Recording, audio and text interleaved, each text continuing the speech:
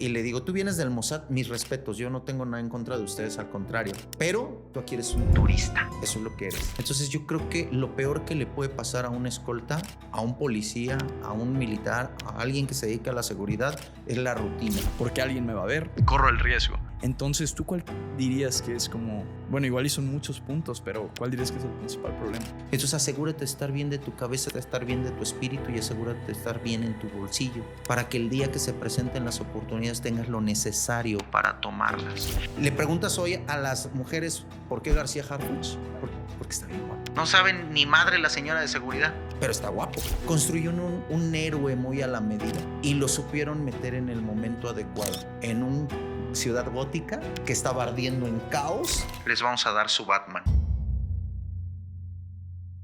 Hola, ¿cómo están? Bienvenidos a su podcast en el que hablamos de negocios, inversiones, emprendimiento, política, teorías conspirativas, básicamente la vida cotidiana. Yo soy Nacho. Yo soy Leonardo, así que empecemos con este podcast. El día de hoy tenemos un gran invitado, un invitado que estábamos extremadamente emocionados de tener aquí con nosotros, un invitado que ha hecho un servicio muy grande a nuestra nación y es algo que precisamente se lo quiero decir ahorita en persona, te lo quiero agradecer. Pero primero que nada, Búcalo, ¿cómo estás? Bien, muy contento, emocionado. Acababa de regresar de viaje y de repente ayer recibo tu mensaje y yo, no. Sí, y yo dije, no, luego me vaya a hacer que me estén cotorreando. Y no se hiciera. Estimado, muchísimas gracias por aceptar. Gracias a Es ustedes. un gusto, en serio. Por esperarnos, que ahorita hemos estado arriba para abajo y te agradezco y otra vez que una disculpa ahí que nos tuviste que esperar. Siempre que nos pasa algo así me gusta decirlo ante la gente porque, digo, el sacrificio número uno de venir, el tiempo y todo eso te lo quiero agradecer. Muchísimas gracias. No, hombre, yo encantado de la vida y muy emocionado y contento de estar con ustedes. Estimado, yo sigo tus redes desde hace un tiempo ya. He visto otras entrevistas tuyas y me gustaría empezar preguntándote, creo que una de las cosas más importantes, porque yo puedo tener mi percepción, cada quien puede tener su percepción de quién es alguien. Me gustaría escucharlo de primera fuente. En pocas o muchas palabras, no sé si nos puedes decir quién es Búcalo. Búcalo es creo que Búcalo fue la consecuencia la consecuencia de un sobrenombre o de un nickname de Fuerzas Especiales que así me bautizaron cuando yo estaba sirviendo en el ejército y que al paso del tiempo fue construyendo un personaje, ¿no? Un personaje que sin querer se empezó a construir, a agregar elementos y se empezó a posicionar en redes sociales, ¿no? Búcalo es un instructor, es un capacitador que se dedica a darle orientación, dirección, estructura, orden a todo lo que tiene que ver con la seguridad, ¿no? O sea, ese es Búcalo. ¿Y quién es Edson? Exactamente. ¿Quién es Edson Diosdado, verdad? ¿Sí se pronuncia? Edson Diosdado. ¿Quién es? Edson creo que, bueno, no creo. Edson es un joven que viene del barrio, que creció en una colonia complicada, pero que hasta el día de hoy siempre ha tratado de mantener la mente abierta, que es un joven que quiere aprender, que tiene hambre de aprender y que siempre trata de poner atención a algo porque sabe que de todas las personas siempre puede tener algo positivo y que se la vive así, abierto al mundo, abierto al universo, a lo que la vida le pueda dar. Excelente, estimado. Edson, ¿cómo prefieres que te digamos, Edson o Búcalo? Como ustedes quieran. Bueno, ahí vamos campechaneando. Vamos jugando. Creo que ahorita vamos a decir Edson. Yo conocí un poco de tu historia a través de tus videos, pero como siempre, no sé si me puedes platicar un poquito a grosso modo por qué empezaste a compartir contenido también, cómo nace también esta necesidad tuya en tu vida de servir, porque yo genuinamente creo que las Fuerzas Armadas de cualquier país es un servicio gigantesco. Creo que en nuestro país, desgraciadamente, por muchos problemas, no se le da el respeto que se le tiene que dar a las personas que sirven. Creo que muy pocas personas también conocen la realidad que se vive allá adentro. Es sacrificio, es servicio, es justamente a lo que estaba leyendo y le platicaba a Leo que lo leí de un comunicado del Catecismo de la Iglesia Católica. Dice que las personas que entregan sus servicios a la nación es de los servicios sociales más grandes que existen. Ante la iglesia, ante Dios, digo, yo soy católico, pero es algo que te quería compartir y también preguntarte de dónde nació esa misión o que nos platiques cómo fue la historia un poquito. Bueno, mi inicio en las Fuerzas Armadas fue muy diferente a lo que uno hoy en día está acostumbrado a ver. Porque hoy en día ya tienes la Secretaría de la Defensa o la hoy llamada ya Defensa, tiene una dirección de comunicación social, ya tenemos redes sociales, ya tenemos influencers, ya tenemos youtubers que se suben, comparten contenido, pero eso es hoy. Hace 20 años, hace 21 años no existía. O sea, Facebook creo que ya existía, pero apenas empezaba. Instagram empezó unos años después. El acceso al Internet, a la comunicación, no había. Había varias formas para tú entrar a las Fuerzas Armadas o saber cómo se vivía la vida castrense. Era porque tenías a un familiar que era militar o porque te imaginabas o te contaron algo. Entonces, yo crezco en un barrio complicado y yo entro a las Fuerzas Armadas por necesidad. O sea, esa es la realidad. No hay una historia patriótica. La verdad, los decepciono a lo mejor a muchos, pero en mi caso era más que nada la necesidad de salir de un círculo social complicado, porque crecí en un barrio de Iztapalapa. Entonces yo sabía o que iba a terminar en un microbús que no tiene nada de malo, pero cobrando pasaje, o iba a terminar muerto, o iba a terminar en la cárcel, o iba a terminar tirado en una banqueta con alguna adicción. Porque el contexto social, el contexto cultural, pues me empujaba. Entonces, tomo la decisión de entrar al ejército cuando cumplo 18 años. Me encuentro un soldado ahí cuando vas a tramitar tu cartilla y pues me dijo 3 comidas, un catre, calzones, calcetines. Pues yo dije, pues es una oportunidad. En ese momento de mi vida representaba una oportunidad y pues fue por eso que la tomé. Y en ese momento entras, me imagino obviamente tu vida dio un giro de 180 grados, de 360 no, porque dicen que quedas en el mismo lugar, ¿no? Da un giro de 180 grados, hice mi tarea y veo que fuiste Fuerzas Especiales. Me imagino es algo muy duro, creo que es algo que ya has hablado en muchos podcasts, creo que es algo que solo tú sabes lo que viviste y nos podrás platicar, pero nunca nos vamos a poder poner en tus zapatos porque creo que es algo muy duro. Y Leo y yo estamos platicando una pregunta que hacerte y te la quiero hacer. ¿Tú crees que cuando platicas, por ejemplo, en podcasts, en entrevistas, o te preguntan en la calle, o no sé, la gente que te conoce, les interesa que les cuentes esta historia, pero por morbo? ¿Por qué crees que les interesa? Yo creo que es el morbo, ¿no? Al final del día somos seres humanos y el humano tiene un interés ahí medio curioso por aquello que no está abierto al público en general. Siempre por lo que está escondido, lo oculto, siempre vamos a tener un interés. Yo creo que la gente siempre que me ve y me pregunta y sabe sobre mi vida de la milicia, siempre me preguntan cosas de ahí, pero por morbo, ¿no? O sea, la clásica pregunta, ¿y a cuántos mataste, no? O ¿qué fue lo más sucio que viste? O cosas, eso es morbo. Yo creo que es normal en el sentido estricto de que vivimos en un país donde hay muchas cosas que no se saben de las Fuerzas Armadas. A pesar de que ya hay más apertura a la información, todavía hay mucha censura, hay mucha información reservada y la gente quiere saber. Entonces yo creo que es más por morbo, por querer saber la parte que no se cuenta. Ok. Claro. Oye, Búcalo, voy a construir una pregunta que tengo muchas ganas de hacer, porque creo que el tema de la seguridad para mí fue muy importante de pequeño. Te platico un poco. Yo nací en Tampico, Tamaulipas. Uf. Una ciudad dura, un estado muy duro en el tema de seguridad.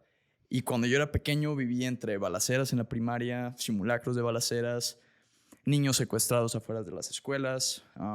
Yo me tuve que ir del país a los 14 años por cuestiones de seguridad. Aún así sigo fuera de México por cuestiones de seguridad. Entonces estar con una persona que representa esa parte de la seguridad para mí me pega un poquito en las emociones porque recuerdo ese niño con odio y rencor en contra de... Yo me tuve que ir de mi familia, tuve que dejar a mi familia atrás por esto. Y no me gusta que he visto entrevistas tuyas con millones de vistas. Y creo que a veces en busca del morbo se pierde ese propósito detrás de una persona que ha dedicado su vida a esto, ha dedicado su vida a resolver uno de los problemas más grandes que tiene México y de los cuales sufre gente de nuestra edad. Entonces, ¿cómo le haces para no perder a Edson en el morbo o a Búcalo en el morbo? Fíjate que uno también va madurando. No es el mismo Edson y no es el mismo Búcalo de hace 15 años, ¿sabes? Cuando salió del ejército. Anteriormente, te puedo decir, hace 10 años me molestaba, me irritaba con los comentarios en redes sociales, ¿no? No tenía yo la madurez emocional para entender muchas cosas de la vida. Hoy en día, Edson y Búcalo son totalmente evolucionados, ¿no? Yo le llamo es el Edson 2.0, el Edson 2.1, el Edson 2.2, el Edson, y voy como en el 2.8, ¿no? Entonces ahí voy evolucionando poco a poco y eso me ha dado la apertura mental, la madurez de entender que no todo mundo tiene la capacidad de ver la vida con los ojos que tú lo ves, que cada quien tiene una perspectiva diferente y que esa perspectiva está construida en base a lo que vivió. Entonces, hay personas que tratan de desprestigiar lo que tú dices, lo que tú haces, ¿no? La gente te critica por lo que dices, por lo que creen que dices, por lo que piensas, por lo que creen que piensas, por lo que haces, por lo que creen que haces, por lo que eres y por lo que creen que eres. Pero eso ya no depende de mí. Yo me subo a las redes sociales, a una entrevista, a crear contenido y simplemente doy mi punto de vista, mi opinión y mi perspectiva de los temas de seguridad. Y si un video alcanza 1 millón de reproducciones y con ese millón puedo llegar a un 1% que pueda cambiar un poquito su paradigma, yo ya me doy por bien servido. El resto y el resto, el otro 99% que se enoja, que se ofende, bueno, ya no depende de mí, ¿no? Yo creo que ellos se tienen que hacer cargo de sus emociones y yo me hago cargo de las mías. Edson, ¿cuánto tiempo estuviste activo en el ejército? 5 años y medio. 5 años y medio. Y después sales de ahí, empiezas con todo el tema, digo, estoy viendo tu entrevista y empiezas con todo el tema de la seguridad privada. Así es.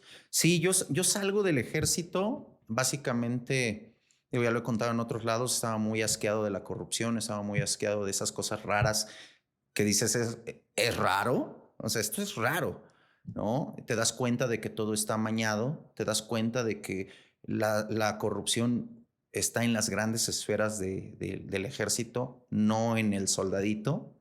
Te das cuenta de que atrás de un cártel siempre va a haber un general de división que lo está protegiendo.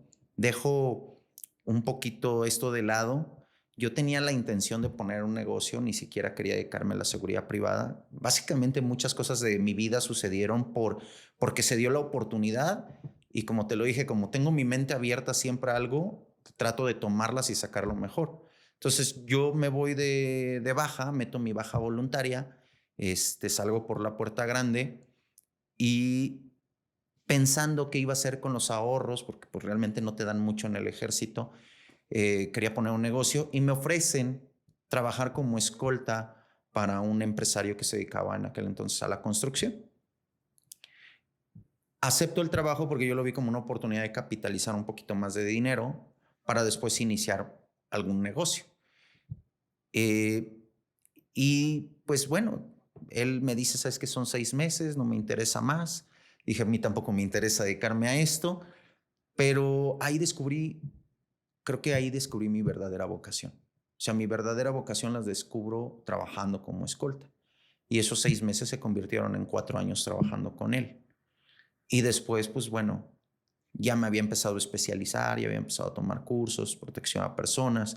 Y es cuando yo empiezo ya a tomarme en serio este tema de la protección ejecutiva y la protección de funcionarios. Y estimado, ¿tú crees que cada vez es más necesaria, desgraciadamente, el servicio de escolta en nuestro país? O sea, ¿crees que hay un aumento en la demanda? Digo, al final tú estás ahí parece que en el teje y maneje. ¿Crees que por las circunstancias que vive México, hoy es más necesario que, no sé, hace 15 años? ¿O tú dirías que no? Claro, ¿Sí? claro, ¿no? Mira, yo soy, y sí lo quiero dejar de una vez claro, soy 100% apartidista. Yo no Sí, justamente también te iba a hacer esa pregunta. no tengo, para mí todos son los mismos, nada más se van cambiando de playera, de color. Tristemente. Y hay políticos honestos en el país, sí los hay. No podemos meter a todos en un costal, desgraciadamente son pocos y los pocos que hay no tienen el poder De los otros. de decisión, ¿no? Entonces, dejando esto en claro, sí tenemos una necesidad más grande de escoltas, porque todos los gobiernos, administración con administración, nada más vienen a robar, a chingarse la lana, a robarse el recurso, a llevárselo a otro país y hacer lo que se les pegue su regalada gana, a cumplir su periodo y desaparecerse, ¿no? Y de repente te enteras que están en París, que están en España, que están en Europa, que están en no sé dónde, viviendo una vida de magnates. Como tenemos un gobierno al cual no le interesa, no atiende y se le salió de las manos el tema de la seguridad, es a donde la seguridad privada tiene que entrar. Y te puedo decir voy a cumplir 21 años de experiencia en el ramo, que el servicio de escolta no nada más es necesario para un empresario. No estamos hablando de un ganadero dueño de 500 cabezas de ganado, o del dueño de una bodega en la central de abastos, o del dueño de 3, 4 fábricas. El servicio de escolta hoy ya es necesario hasta para el de a pie, para el que se mueve en el transporte público. Desgraciadamente ellos no pueden acceder a eso. O sea, es imposible es indignante que un ciudadano de a pie se suba al transporte público, lo asalten y le den 3 navajazos por 20 pesos. Es indignante que le avisen a tu familia que pasen a reconocer el cuerpo porque te quitaron un celular en el metro, en el camión, en la calle. Entonces, el servicio de escoltas no es un tema de ricos, no es un tema de acceso solamente a los de hasta arriba. Es una necesidad de todo mexicano. Desgraciadamente, no todo mexicano puede acceder a eso. Qué doloroso es, digo, y es una realidad que viven millones de mexicanos todos los días. Y digo, lamentablemente es una problemática que nuestros políticos, yo estoy de acuerdo contigo, son los mismos, nada, se cambian la camiseta y ya son buenos, otros que ya son malos. Y sí hay buenos, como dices, pero también como bien dijiste, pues no tienen el poder de decisión porque al final lo único que les interesa es chingarse la lana, y el ciudadano que vive todas estas desgracias, porque son desgracias, son cifras exorbitantes las de violencia que se vive en nuestro país, pues, sufren de esta incompetencia, de esta, ¿cuál es la palabra? De este cinismo de los políticos. Entonces, digo, estoy totalmente de acuerdo contigo. Creo que la seguridad es algo que carecemos todos los mexicanos. Y te quiero preguntar, en 21 años, que me imagino, obviamente en esos 21 años fuiste escalando, ahorita yo sé a lo que te dedicas, tengo aquí tus libros, que ahorita vamos a hablar de ellos, tu vida ha cambiado muchísimo en esos 21 años. Y me imagino has tratado con elementos dentro del tema de la seguridad, buenos elementos, malos elementos, como en todo, ¿no? Yo siempre digo, en todas las profesiones hay buenos y malos, ¿no? Claro. Bien entrenados y no bien entrenados. Y te quisiera preguntar, un buen elemento, un buen escolta, ¿cuáles son sus características? Y también te quisiera preguntar, un buen patrón de escolta, una persona que el escolta está cuidando, ¿cuáles son las características de ese buen patrón? Un buen escolta tiene que cubrir ciertas áreas. O sea, tiene que tener una condición física atlética. O sea, estamos hablando de que un escolta por lo menos debe de tener la capacidad de correr a un ritmo promedio 6, 7 kilómetros sin descanso, ¿no? Entonces debe de tener un estado físico saludable y entrenado. O sea, quiere decir, no cabe espacio para el sobrepeso, ¿no? 2, tiene que estar capacitado en las áreas que se especializa, ¿no? Y el tema del escolta es una profesión multidisciplinaria. O sea, tiene que saber sobre tiro, tiene que saber sobre defensa personal, sobre evacuaciones, extracciones, protección civil, análisis de riesgo, primeros auxilios, medicina táctica, inteligencia, sobre todo y por encima de todo, inteligencia, contrainteligencia, logística, crear planes de contingencia, ¿no? Todas las áreas que involucra, que es complicado, es complejo, porque requiere de muchas cosas de áreas muy distintas. En este caso, la edad siempre se desea que sea de 45 años hacia abajo, porque como en todas las carreras y como en todas las profesiones, hay una caducidad. Entonces, por mucho que te cuides, por mucho que lleves una vida sana, como protector también se empieza una curva, ¿no? Dicen que no es lo mismo Superman que 20 años después, ¿no? Yo tengo 38, 2 días, 3 días de cumplir 38 años. Y ya no soy el mismo de hace 18, 20 años que hice mi curso de fuerzas especiales, ¿no? O sea, ya te empiezan a doler las rodillas, y eso que llevo una vida sana, una vida equilibrada, hago deporte, hago ejercicio. Entonces, un escolta activo debe de estar bien entrenado, ¿no? En ese terreno. Tiene que entrenar también su lenguaje, su manera de comunicarse con el mundo, porque tú eres el que le va a conseguir a tu patrón un acceso en tal lugar, el que le va a conseguir un buen lugar de estacionamiento, el que va a conseguir una buena mesa, una buena silla, acceso a las cámaras de seguridad para poder facilitar todo tu trabajo protectivo. Y si no te sabes comunicar con el mundo, entonces, ¿cómo consigues la palabra, la facilidad de palabra? Entonces, yo creo que una escolta que cumple con el tema físico, con las especialidades que requiere por su posición y con un tema de comunicación adecuado, ya brincó el charco. La estatura y el sexo es muchas de las veces ya segundo término, tercer término, ¿no? Yo he conocido escoltas muy profesionales que andan sobre los 1,60 de estatura, pero que hacen un trabajo preventivo tan sorprendente que dices nunca va a necesitar usar la fuerza, ¿no? Entonces, o puedes tener a alguien de 2 metros, 2,10 m, y uno piensa, no, pues entre más grandote mejor, pero lo único que hace es llamar la atención en donde quiera que se para, ¿no? Y más en México, ves a alguien de 2,10 m en un lugar, pues volteas y lo ves. ¿Con quién viene?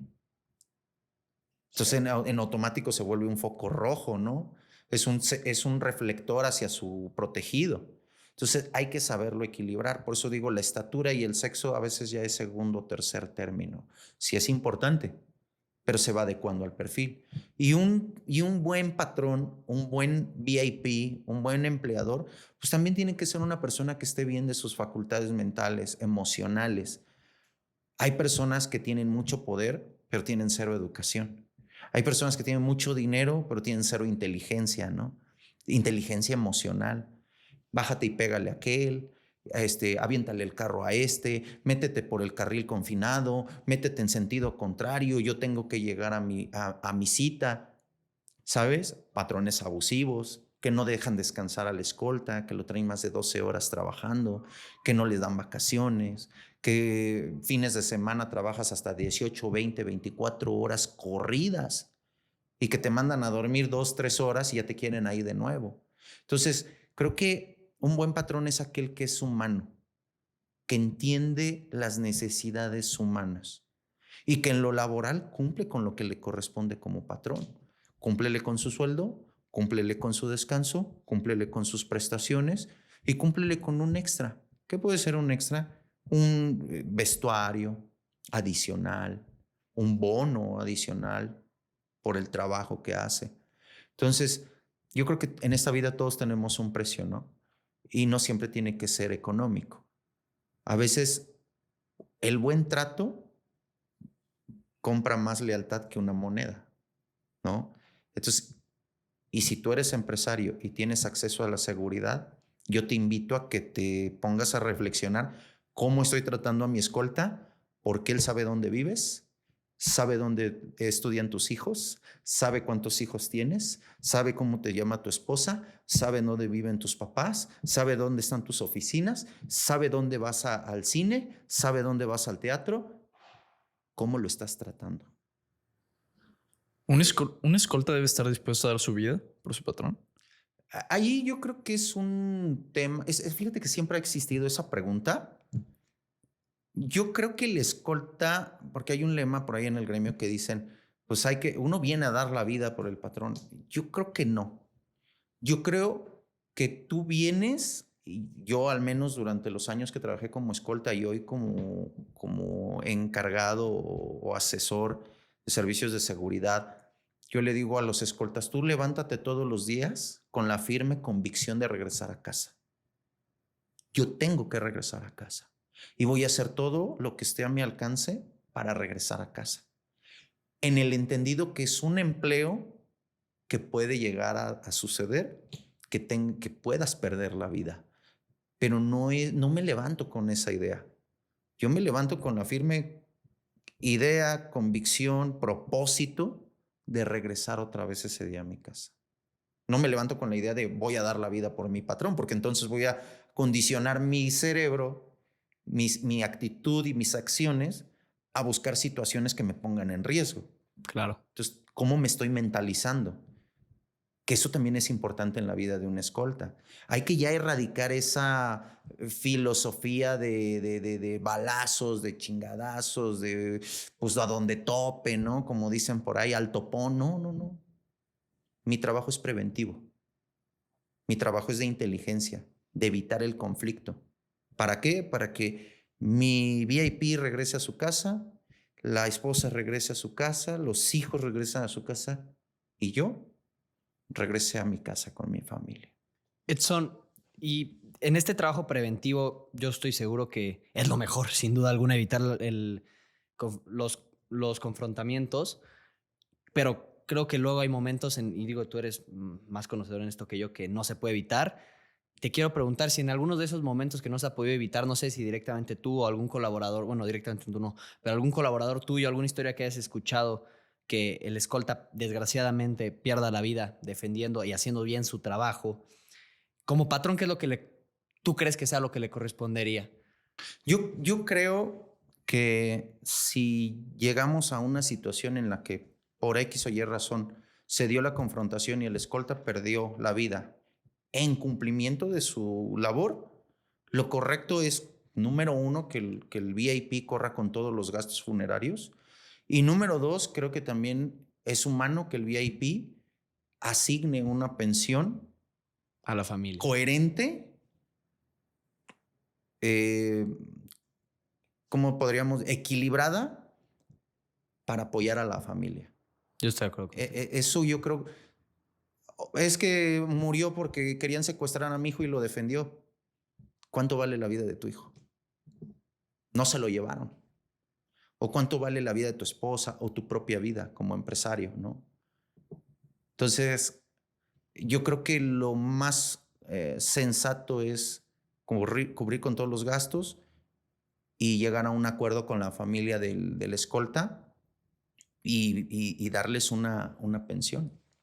Oye, Búcalo, este tema de la seguridad en México creo que es extremadamente grave y creo que el escenario perfecto sería no necesitar de una seguridad privada, ¿verdad? Que esto sea otorgado por el país en el que vives.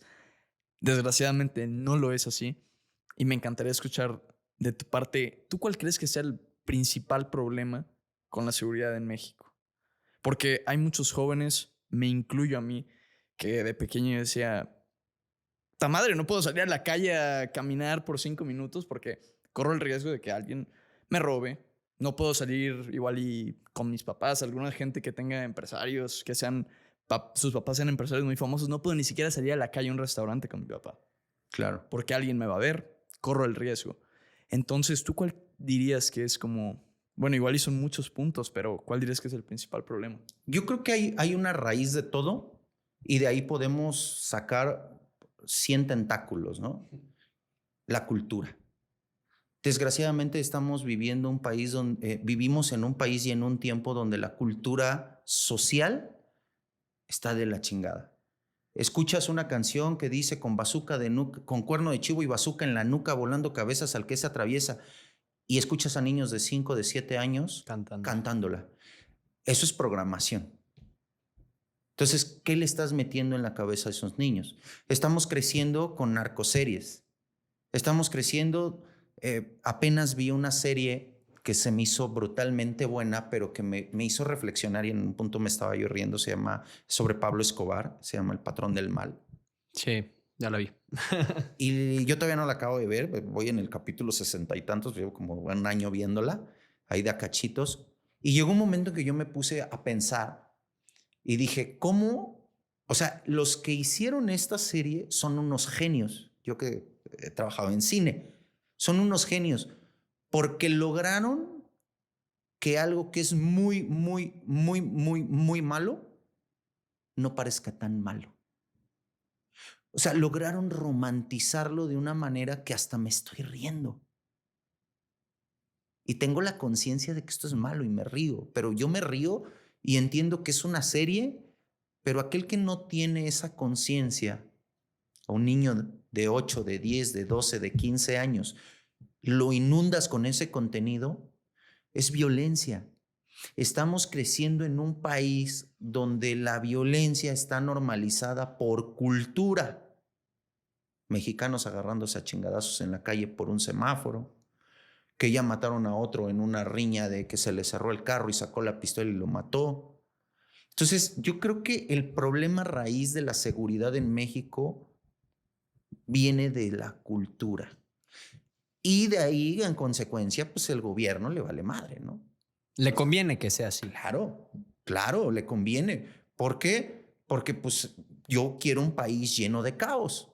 Yo quiero un país lleno de mexicanos dividiéndose. O sea, anteriormente te dividían entre blancos y negros, ¿no? Después entre católicos y cristianos.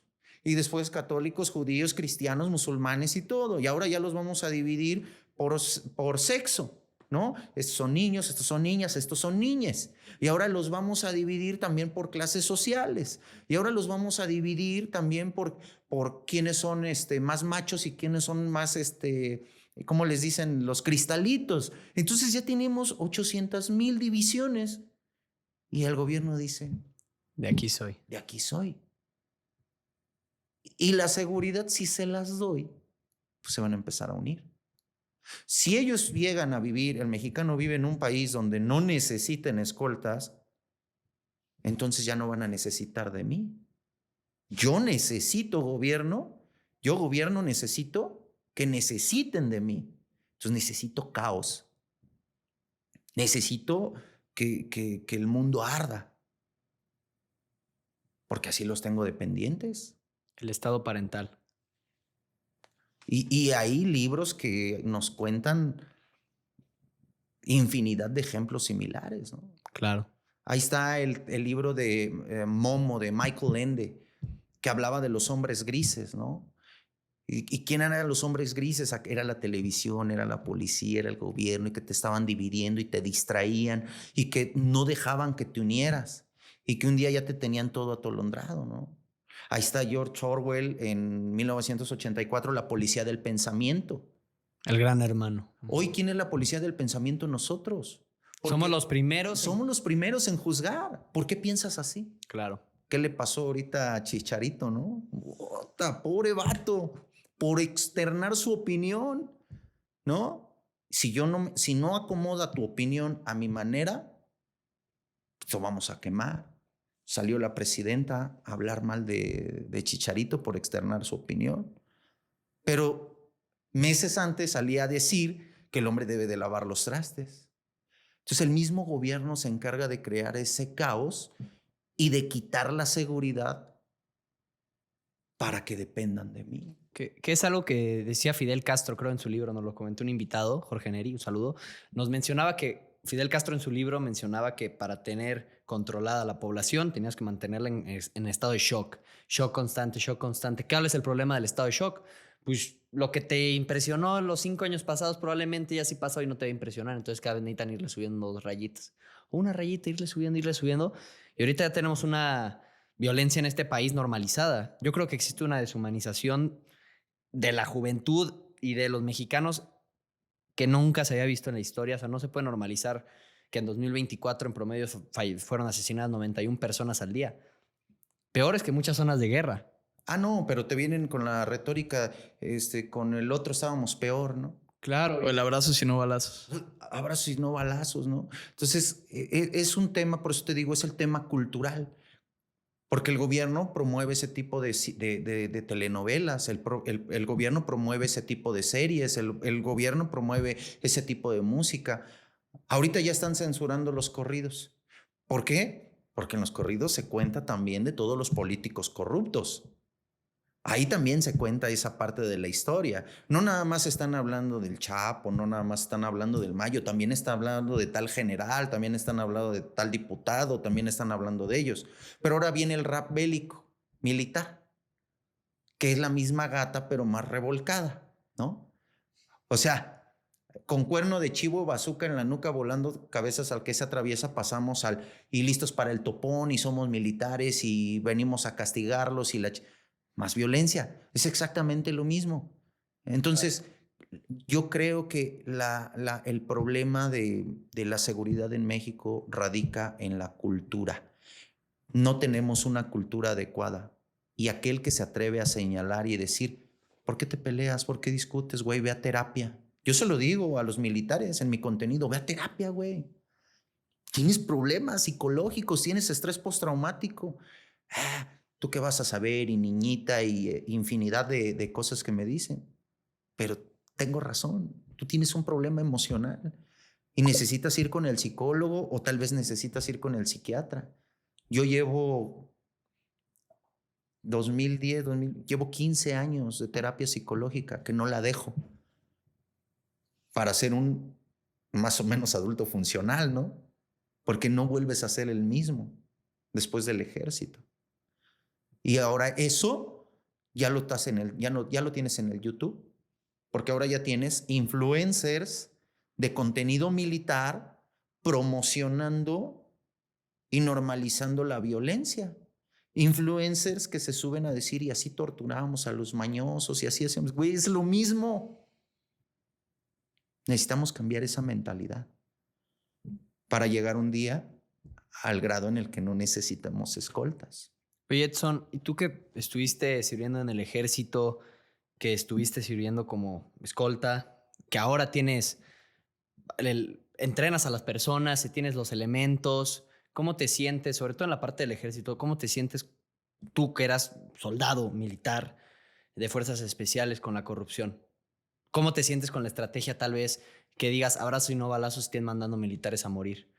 Yo creo que el gobierno, y no quiero hablar de un partido, voy a hablar, el gobierno ha sabido muy bien manipular la opinión pública y ha sabido muy bien manejarla, ¿no? Abrazos, no balazos. Bueno, tal vez pudiera funcionar en Suiza, en Islandia, en otro tipo de países con otro tipo de cultura. Es más, tal vez ni siquiera necesites promoverla, ¿no? Ya está implementada por los ciudadanos. Pero en México tienes un problema mayor. Tienes una cultura diferente y la política de abrazos no balazos no va a solucionar el problema que tienes. Y también creo que el mexicano a veces lo entiende a como le conviene. Abrazos no balazos. También creo que si quisiéramos verlo es un llamado otra vez a la cultura. Cámbiale la cultura a tu gente. Ya no le pegues a tus hijos. Ya no les grites. Ya no los insultes. Ya deja esa psicología de terror y de golpes, porque desde ahí empieza. ¿Por qué tienes a un cabrón violador? ¿Por qué tienes a un cabrón que es asesino en serie? ¿Por qué tienes a un güey en el reclusorio por secuestro? Porque de niño era un cabrón disfuncional. Porque recibió una educación disfuncional. Entonces, ¿cómo lo queremos entender? Pero si tú como gobierno te subes y manipulas esa frase a decir abrazos no balazos, no, le vamos a decir a los delincuentes y los vamos a acusar con su mamá, y luego 2, 3 años después vienes y dices yo no hablo con narcotraficantes ni con abogados de narcotraficantes, pero el que era tu antecesor saludaba de mano a la mamá, a lo mejor porque era su mamá, ¿no? Dije yo, no abogados, sino narcotraficantes, pero a las mamás de los narcotraficantes sí las podemos saludar. Entonces, ¿dónde está esta coherencia y esta congruencia entre lo que dices y lo que haces? Y lo peor de todo, que lo dices en cadena nacional. ¿Dónde está la patria también, no? ¿Dónde están los mexicanos? ¿Estoy a cargo del país? No existe. Pero se nos olvida rápido, ¿no? No, claro. Porque vamos a ver ahora qué les metemos. Lo que tú decías, hay que tenerlos en shock. Oye, ya se nos está prendiendo de este lado. Apláudeles de este lado, hazle así con la cacerola, güey, haz ruido para que volteen para acá. Y ahora tú allá, y ahora tú allá, y ahora tú allá. Y tú los tienes todos confundidos. No es como los niños con el celular, ¿no? que dicen a los niños de 3 años no les pongas videos de esos que cambian y cambian y cambian y cambian porque estás alterando sus sentidos. Lo mismo pasa con un adulto. Una noticia, otra noticia, otra noticia, otra noticia. Yo desde hace 16 años me puse como propósito no volver a ver noticieros. Imagínate, llegas en la noche, el padre de familia llega de trabajar, viene de 2 horas de tráfico, viene hasta la madre de la fábrica, viene hasta la madre del patrón, llega a las 10 de la noche a su casa cansado y lo primero que hace es ver las noticias. ¿Y qué salen las noticias? Pura pinche cosa deprimente. Pura pinche cosa deprimente. ¿Cómo se levanta el otro día? Puta madre. ¿No? Claro. Entonces lo tienen en estado y en las mañaneras manipulan la información. Y repito, no quiero hablar de partidos. Sí, sí, sí. Vamos a hablar del gobierno, porque lo mismo fue con este y con el pasado y con el pasado y con el pasado. Y lo peor de todo, que no se dan cuenta, no se dan cuenta que cualquier nación para que evolucione, para que crezca, para que mejore, para que tenga industria, para que tenga crecimiento, necesita primero seguridad. Que es la primer función del Estado y la más primordial, la más importante antes de meterse a otra cosa, tiene que proveer seguridad. Ahí está la pirámide de Maslow. Claro. No se equivocó. Te dijo, ¿qué es más importante que dormir, comer? La seguridad. Y la seguridad no nada más son ejército, armas, cámaras de vigilancia, no. La seguridad social, la percepción, cómo se siente el ciudadano. Claro. Pregúntale a alguien que vive en una colonia popular si tiene la seguridad de salir a las 3 de la mañana con su celular en la mano. No, la seguridad es una emoción. Eso es lo que nosotros hacemos, o al menos yo es como yo lo veo. Viene un empresario, me pide un servicio de escolta, me dice, necesito seguridad. Es una emoción. No le damos el valor porque es intangible. Pero nosotros tenemos que encargarnos de convertir eso intangible en algo tangible, algo que se vea, se sienta, se palpe. Claro. Y estimado, me surge una duda. Con todo esto lo que estamos platicando, digo, esto no es de partidos, yo creo que es de ideas, ¿no? Nos gustan ciertas ideas, independientemente del color. Si es buena, pues no porque seas azul, morado, guinda, pues no te la voy a recibir si es buena idea. Y lo mismo creo que aplica para todo. De Nayib Bukele, del método Bukele, ¿tú qué opinas? ¿Qué opinión tienes? ¿Crees que funcionaría aquí en México? ¿Sí, no?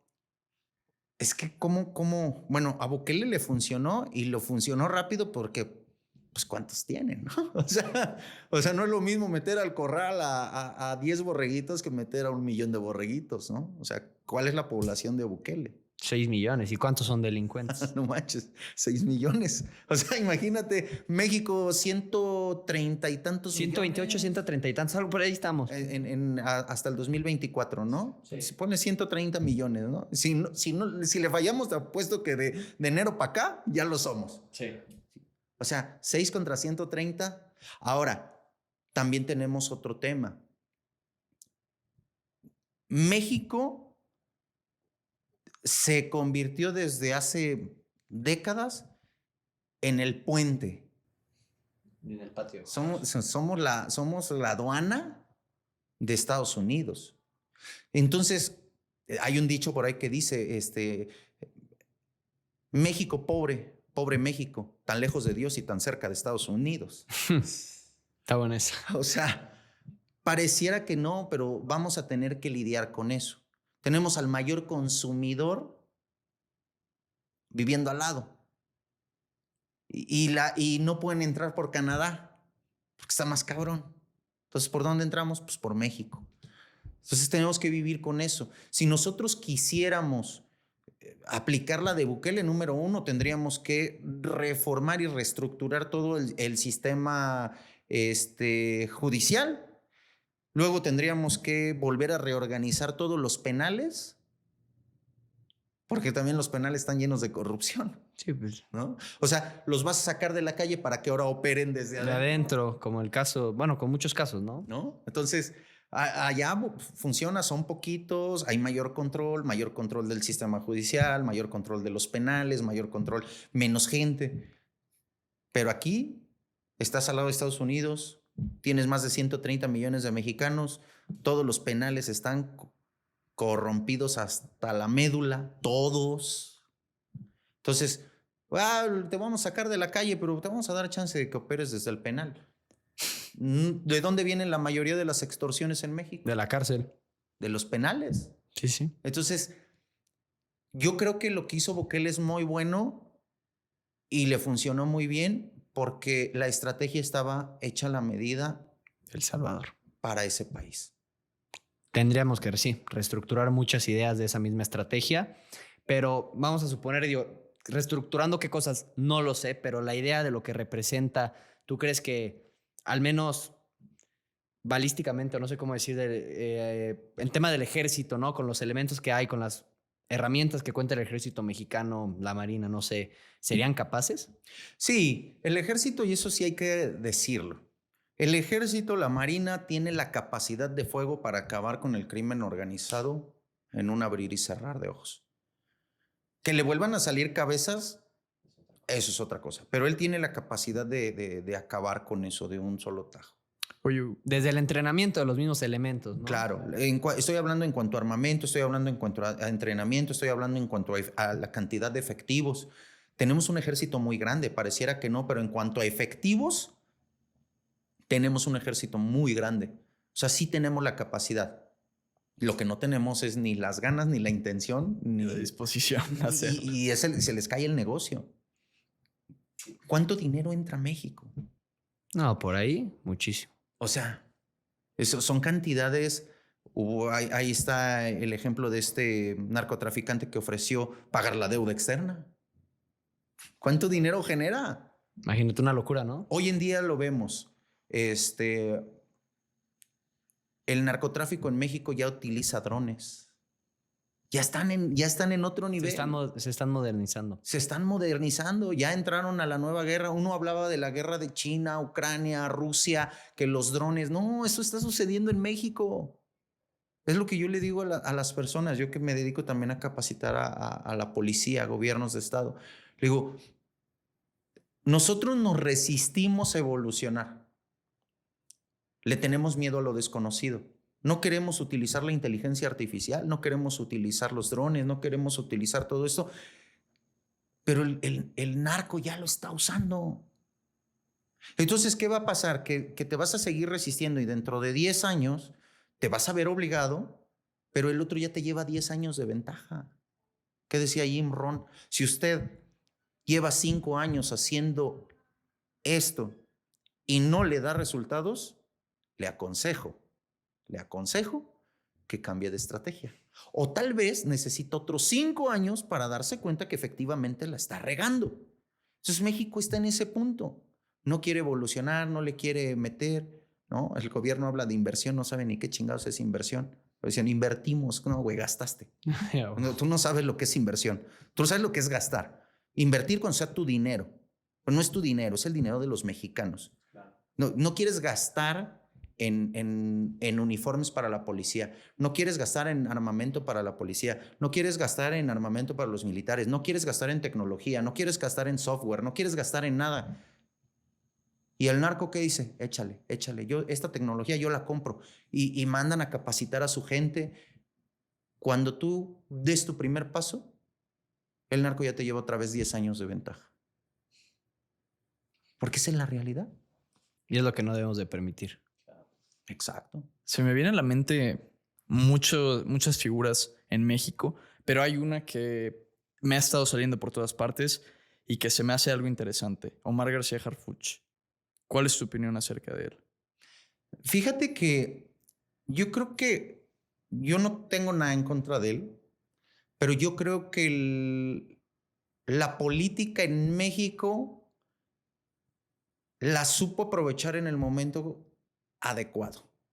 Porque si vemos a Harfuch en su historia, pues trae ahí una historia bien junto con pegado, de manito a manito con García Luna. Claro. O sea, que el gobierno lo haya enterrado en el sótano Es otra cosa. pero viene de la misma administración. Claro.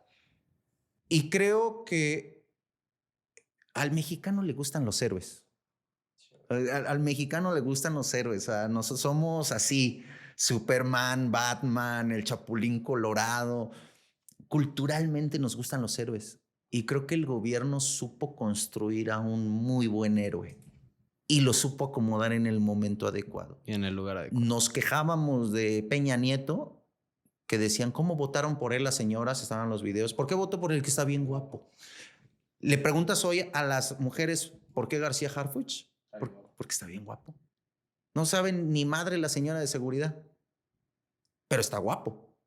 Construyó un héroe muy a la medida y lo supieron meter en el momento adecuado, en una ciudad gótica que estaba ardiendo en caos.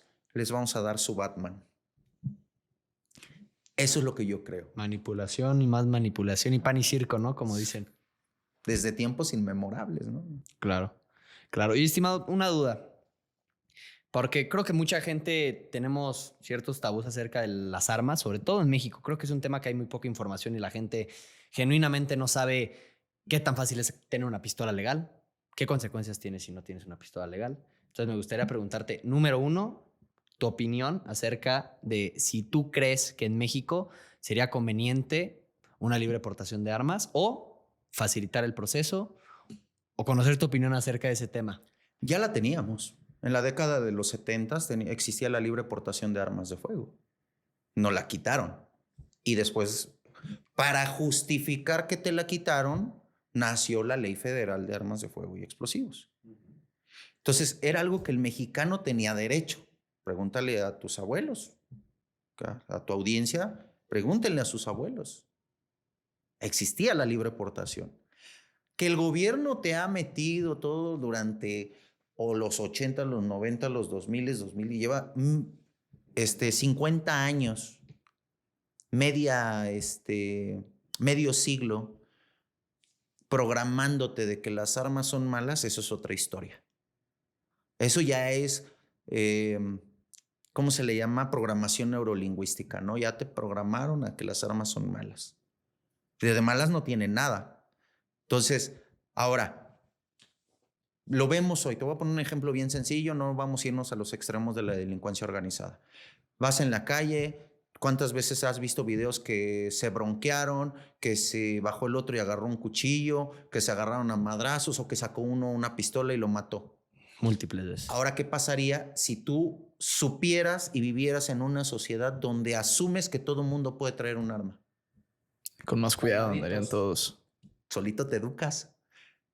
Solito te educas. ¿Sí me explico? Claro. Entonces, es un tema de educación. ¿Qué tan fácil puede tener acceder una persona a un arma para su domicilio? Eso es lo más sencillo del mundo. Pero no hay publicidad de eso en las mañaneras, ¿no? Ni en el internet. Lo único que necesitas es no tener antecedentes penales. Te van a pedir tu INE, tu comprobante de domicilio, una hoja de modo honesto de vida, un comprobante a lo mejor de ingresos, donde trabajas. Nada del otro mundo. Vas a la Secretaría de la Defensa, quiero tramitar mi compra de arma para mi domicilio. Sí, no para que andes armado en la calle. Una cosa es la posesión Hasta y la otra cosa es la aportación. Y en este formulario te van a cobrar, creo, 300, 400 pesos. Nosotros le avisamos. Vámonos a un extremo, 2 meses. 2 meses te va a llegar un correo electrónico. 2 meses tarda. Sí. Yo pensé que era más tardado, ¿eh? No, y eso por la pandemia como que se alentizó, porque anteriormente hasta 15, 20 días quedaba. Pero ahorita, como después de la pandemia no hemos recuperado el ritmo, 2 meses. Ya está autorizada. Llegas otra vez a la DECAM, aquí en la Ciudad de México, y ahora sí como chamaco en dulcería. De aquí para acá, dentro de los calibres que permite la ley, para uso civil, que es de 380 para abajo. Que 380 es un gran calibre. La gente siempre dice, pues es mejor el 9 milímetros. Es el mismo calibre. Por eso el 380 es .380 pulgadas. Y el otro es 9 milímetros. Una es medida inglesa y la otra es medida americana. Pero si tú conviertes pulgadas a milímetros, te da casi lo mismo. Por eso se le llama al 380 9 milímetros corto. Sí. Porque la bala... sí, es un poquito lo que es el cartucho junto con la ojiva. Es un poquito más largo, pero en cuanto a diámetro, que nosotros lo llamamos tabique, el tabique es casi igual. Okay. Entonces, puedes tener una escopeta 2 en tu casa. Es de uso civil. Y los precios tampoco son tan exorbitantes. Yo le digo a las personas, si tú quieres comprar un arma, cómprala legal. Tú vas y compras una Glock en el mercado negro. 40. 40,000 pesos. Cómprate una Glock legal, 15, 18 mil, dependiendo del dólar. 15, 18 mil pesos. Pero encuentras pistolas muy buenas, Tanfoglio, Sesca, 8, desde 7,000 pesos. Muy buenas. Entonces, es muy sencillo acceder y te lo autorizan. Ya el tema de la aportación, ese sí lo tienen bien restringido, porque dice la Secretaría, te dan una lista de requisitos, pero también dice, y quedará a criterio. Sí, claro. Cumples con todos tus requisitos, pero el criterio del secretario dijo, no. Eso es para puros pinches cuates, ¿no? Claro. Ese es para el primo, el hermano, el conocido, aquel del diputado, que la chinga, para puros pinches conocidos. Pero definitivamente para mí, ese argumento de que nos vamos a convertir en Estados Unidos es un argumento por demás estúpido. Y perdón que lo diga, ¿no? No. Es como repetir como perico algo que escuchaste, pero que no entiendes. Claro. Para empezar, no somos Estados Unidos. Somos una sociedad diferente, con una cultura diferente, con costumbres diferentes, con ideologías diferentes, con leyes diferentes. No tendría el mismo efecto que tenemos en Estados Unidos. Dice la gente, ve en Estados Unidos, en tal primaria, un niño se metió, güey, vete a Michoacán. Vete a Tamaulipas. Exacto. Vete a Chiapas. Dime si no está sucediendo. Niños de 8, 10, 12, 14 años son halcones. Ya están metidos con el cártel. No traen una Glock, traen un cuerno de chivo. Claro. Entonces, yo creo que si nosotros le regresáramos al ciudadano ese derecho que tiene, porque era nuestro derecho y nos lo arrebataron, yo creo que el mexicano la pensaría 2 veces para hacer una tontería. Claro. Porque asumirías que el otro puede andar armado. Pues eso también pasa en Estados Unidos, ¿no? En Texas, genuinamente, o sea, sabes que el otro güey está armado. Sí. Y hasta te piensas en tocarle el claxon. Qué bueno, la neta. Porque aquí, puta, lo que dices del tráfico, cabrón. Sí. O sea, digo, es esto de esta sociedad caótica. Caótica, ¿no? Es ciudad gótica. Sí. Vive en el caos, necesita un superhéroe, ya no lo dieron, ¿no? Claro. Y lo hicieron bien escrito, como si fuera un cuento. De hecho, hubo por ahí, no sé si les tocó ver hace como un año, que andaban en las redes sociales haciendo comparativas de Harfuch con Batman. Y yo lo vi y me quedé, dije, ¿por qué está saliendo esto? ¿Qué nos quieren decir, no? O sea, no lo sabemos, ¿no? Claro. Y estimado, y una pregunta que también me surge acerca de este tema de la seguridad. No todos, como ya dijimos, se pueden costear el costo de tener una escolta. Yo he visto en varios videos que dices que una escolta de una persona, de hecho, pues casi ni funciona, ¿no? Sí, claro. Imagínate ya tener que pagar varias nóminas. Es complicado para la gran mayoría de mexicanos, pero yo creo que tú nos podrías pasar uno que otro tip que le pueda servir a la gran mayoría de mexicanos en cuestión de cómo elevar su nivel de vida en cuestión de seguridad. ¿Cuáles serían esos tips? Fíjate, yo, por ejemplo, la última vez que a mí me asaltaron, yo tenía 17 años. ¿A la última vez? ¿Hace tanto tiempo? Nunca me han vuelto a asaltar. Y tú me ves en la calle, y pues ni siquiera parezco militar, o que haya sido militar. Claro. O sea, yo creo mucho en la filosofía del hombre gris y la aplico todos los días de mi vida. ¿Cuál es? Pasa siempre por debajo del agua. No traigas joyas, no traigas un celular en la mano, que si yo conduzco le apuesto 100% a la conducción defensiva. ¿Qué es la conducción defensiva? Asumir que el otro es una amenaza de cualquier tipo. O sea, no que es un ratero, no. Es una amenaza porque no sabe manejar, es una amenaza porque puede venir borracho, es una amenaza porque puede venir drogado, es una amenaza porque su carro puede fallar. Entonces, yo le apuesto a la conducción defensiva. Mantengo una distancia de más de 2 metros con el de adelante. Que en esta ciudad es complicado. Me dicen, ya se te metió otro. No me importa. Por eso salí 1 hora antes de lo normal. No llevo prisa. Yo quiero llegar. Por ejemplo, en los cruceros, yo le digo a las personas, por inercia, por cultura ya, te agarra un semáforo, lo primero que haces es agarrar el celular. Deja el celular. Lo primero que yo hago es, para empezar, trato de estacionarme en los carriles del medio cuando hay semáforo. Ok, ¿y eso? ¿Sale? Porque la delincuencia por lo regular va a agarrar a los de las orillas, porque ya se corre y se mete a una calle, corre, se cruza la avenida, pero casi no agarran a los del medio. Entonces me estaciono en los del medio y dejo mucha distancia. Si yo dejo mucha distancia, él puede asumir que puedo aventar, regresar con el carro. Agarran a los de las orillas y los que están más pegados porque solitos se encajonan. Y lo primero que hago es que cuando yo me agarro a un semáforo, volteo a ver mis retrovisores. 1, 2 y 3. Y estoy atento, las manos al volante. ¿Qué está sucediendo? ¿Y ese quién es? ¿Y ese quién es? Y la gente cuando te ve, dice, el delincuente también elige a su víctima. Va a agarrar al más vulnerable. ¿Sí me explico? Entonces, si ve que este está con las dos manos al volante, dejó mucho espacio, está en los carriles del medio y está volteando, y veo que a 2 carros está una muchacha o está un tipo que está en el celular, esa es la víctima. Entonces, vivir no en paranoia, sino en ese sentido de conciencia situacional. ¿Qué está sucediendo aquí y ahora? Salgo a la calle y a menos que tenga una junta o algo, pero yo ando con ropa casual. Mucha gente me lo ha dicho.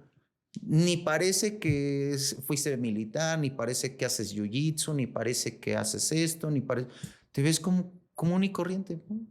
Prefiero pasar desapercibido. Me mimetizo, me mezclo entre la gente. No salir si sabes que vives en una colonia complicada, ¿para qué sales en la noche? Es que deberíamos de vivir en una sociedad donde pudiéramos salir Sí, pero no vivimos. Es que yo como mujer debería de tener la libertad de salir en minifalda sin el miedo. Deberías, sí, pero no se puede. ¿Por qué te empeñas en hacer cosas que no se puede? Porque el mexicano también es así. No, voy a retar al sistema. O sea, si ya viste que Pedrito se quemó, que Juanito se quemó, que Luisito se quemó, ¿qué te hace pensar que tú no te vas a quemar? No, es que el mexicano es chingón. Sí, exactamente. No, yo soy chingón. Y después, ¿qué pasó? No, me quemé. Te estoy diciendo. Si yo no tengo nada que salir a altas horas de la noche, no salgo. Evito los antros, evito las fiestas, lugares donde me han invitado a fiestas. Oye, te invito a una fiesta. ¿Quiénes van a ir? Fulano, fulano. Y por ahí conozco a uno que es mala copa. No.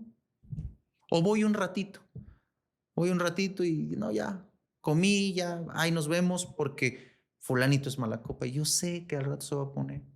Esa cultura preventiva, ¿sí me explicó? Dirías que el 99%, ¿qué porcentaje dirías de los problemas de cuestión de seguridad se podrían evitar siendo precavidos? Del 100% yo creo que el 80% se pueden evitar. Y es alto. No me han asaltado desde los 17. O sea, llevo 21 años sin que me asalten.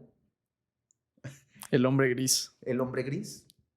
El hombre gris. Increíble. Y eso No. del hombre gris es una filosofía, es un una libro. Hay una filosofía, la puedes buscar en internet, se llama La filosofía del hombre gris. Sí, ya la Y anoté. empieza a salir mucho contenido y muchos consejos.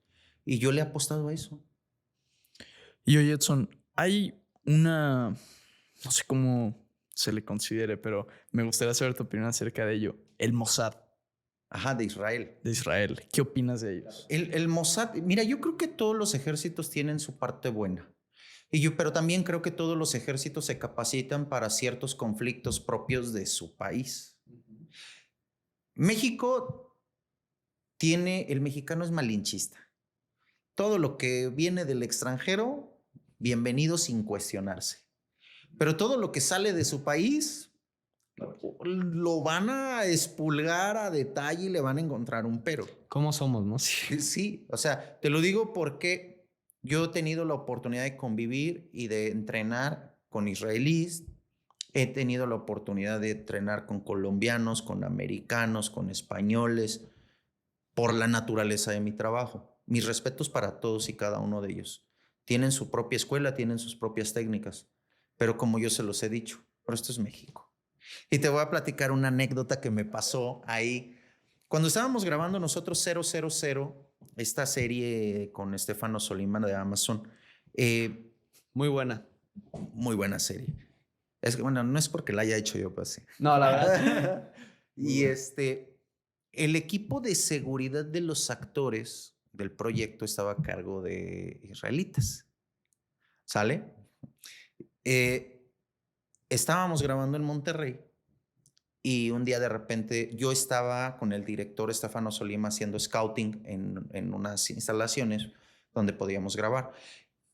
Paralelo a esto estaban haciendo unas tomas en unos vehículos que le llaman running shot. Y de repente hablan y dicen, ¿saben qué? Vénganse porque acaba de suceder algo. ¿Qué pasó? Pues resulta que a plena luz del día en San Pedro, los interceptan unas camionetas, se bajan sujetos con cuernos de chivo y los bajan a los actores que iban disfrazados de militares y llevaban a los escoltas que venían de Israel. ¿Sabes qué pasó? ¿Qué hicieron los escoltas? Nada. Se pusieron de rodillas, levantaron las manos y ya se los iban a llevar a los escoltas. Si no es gracias a una señora que era de allá de Monterrey que los iba acompañando, que ella se encargaba también del tema de locaciones, que ella entró en defensa. Pero son actores. Son actores, son esto, ellos son sus escoltas, mire. Ella negoció ahí con los del cártel y por eso no se los llevaron a los escoltas. Wow. Ni a los actores. Ni a los actores.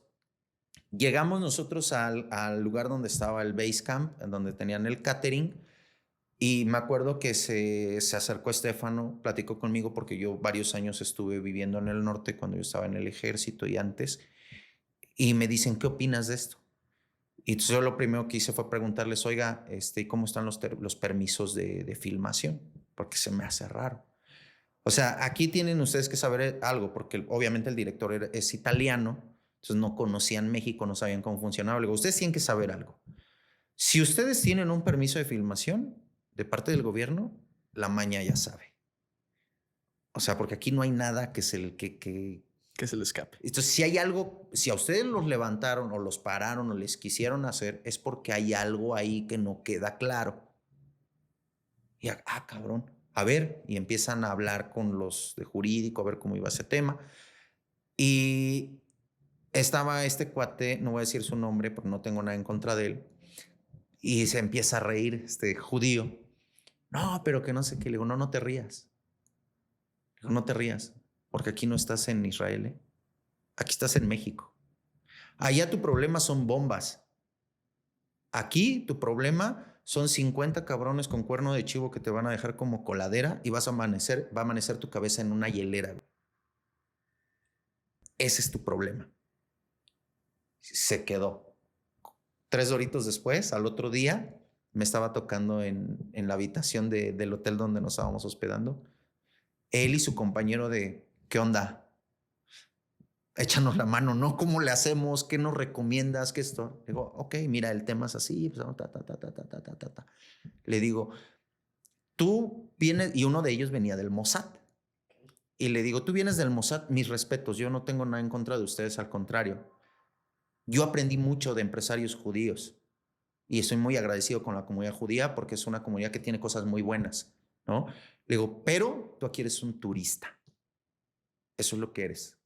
Un turista. Entonces mejor ubícate, porque a lo mejor lo tuyo sirve allá, pero aquí en México estamos viviendo otra problemática. Y lo mismo es colombiano, lo mismo es americano, lo mismo. Cada ejército crea sus propias unidades de operaciones especiales o de fuerzas especiales, que son cosas diferentes, para resolver problemáticas propias de su país. Y en México el problema es el narco. Te aplaudo porque he notado mucho, he tenido la oportunidad de viajar a través del mundo y me he dado cuenta que a veces el mexicano cae en ser el mexicano agachón.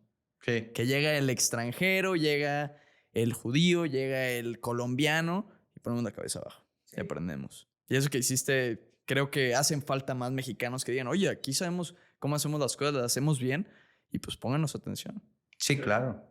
No, y ya de ahí lo que fue todo el resto del proyecto, que fueron otros 3, 4 meses, sí, a donde quiera que llegábamos a grabar, a cualquier estado que grabábamos, llegaban y, oye, ¿y aquí cómo está el asunto? Ah, y ahí entra ya esta colaboración, ¿no? Yo te echo la mano. O sea, mira, este es mi consejo, este es mi consejo, esto funciona así, esto es así, esto es así. Y ellos ya también con esa disposición de aprender de, ok, ¿no? Ok, y te preguntaban, que eso también hay que aplaudírselos, porque el mexicano es muy, se resiste. El mexicano es de, no, ¿tú qué me vas a enseñar? Y mal el militar. El militar mexicano es muy, yo no, a mí tú no me tienes nada que enseñar, pero el militar de otros países es más de, ok, Quiere enséñame. aprender. Sí, más de aprender. Se abre más a eso. Ok. ¿Y cuál? Acabo de formular la pregunta. Digo, yo creo que en un trabajo tan delicado como el que has realizado, digo, y ahorita realizan tus elementos, pues un error cuesta una vida o cuesta un muy mal rato. ¿Cuáles son esos errores que tú has visto que pueden llegar a pasar y que son como repetitivos, tal vez en cuestión de la escolta? La rutina. ¿Cómo sería? El trabajo del escolta es muy rutinario. El escolta entra a un servicio, lo contratan y le echa muchas ganas y checa esto y checa el otro y checa aquello. Pero otra vez lo mismo. Y otra vez escuela, otra vez oficina, otra vez gimnasio, otra vez casa, otra vez escuela, otra vez oficina, otra vez gimnasio, otra vez casa, otra vez el mismo horario. Llega un momento en que el escolta, ya, y justo ahí es donde pasa algo. Entonces yo siempre le digo al escolta, mantén tu mente ocupada en algo. O sea, investiga otra ruta de llegada, investigate otra salida de emergencia, investigate otro punto de acceso, mantén tu mente ocupada haciendo cosas nuevas, porque si no, no hay peor enemigo para un escolta que su propia mente. Te empieza a anestesiar, te empieza a anestesiar, te empieza a anestesiar y un día ya estás viviendo como zombie. Y más si no tienes descanso, y más si no tienes vacaciones, y más si dormiste 3 horas, estás en todo menos en lo que tienes que estar. Ya estás pensando que ya tienes sueño, ya estás pensando que ya tienes hambre, ya estás pensando de que no has descansado, pero no estás pensando en la estrategia, en la logística, en la inteligencia, en la prevención. Entonces yo creo que lo peor que le puede pasar a un escolta, a un policía, a un militar, a alguien que se dedica a la seguridad, es la rutina. Yo por eso mantengo mi mente ocupada. Digo, ya no me dedico al tema de la escolta, ya no estoy como tal en la calle, pero llevo un negocio de este tipo.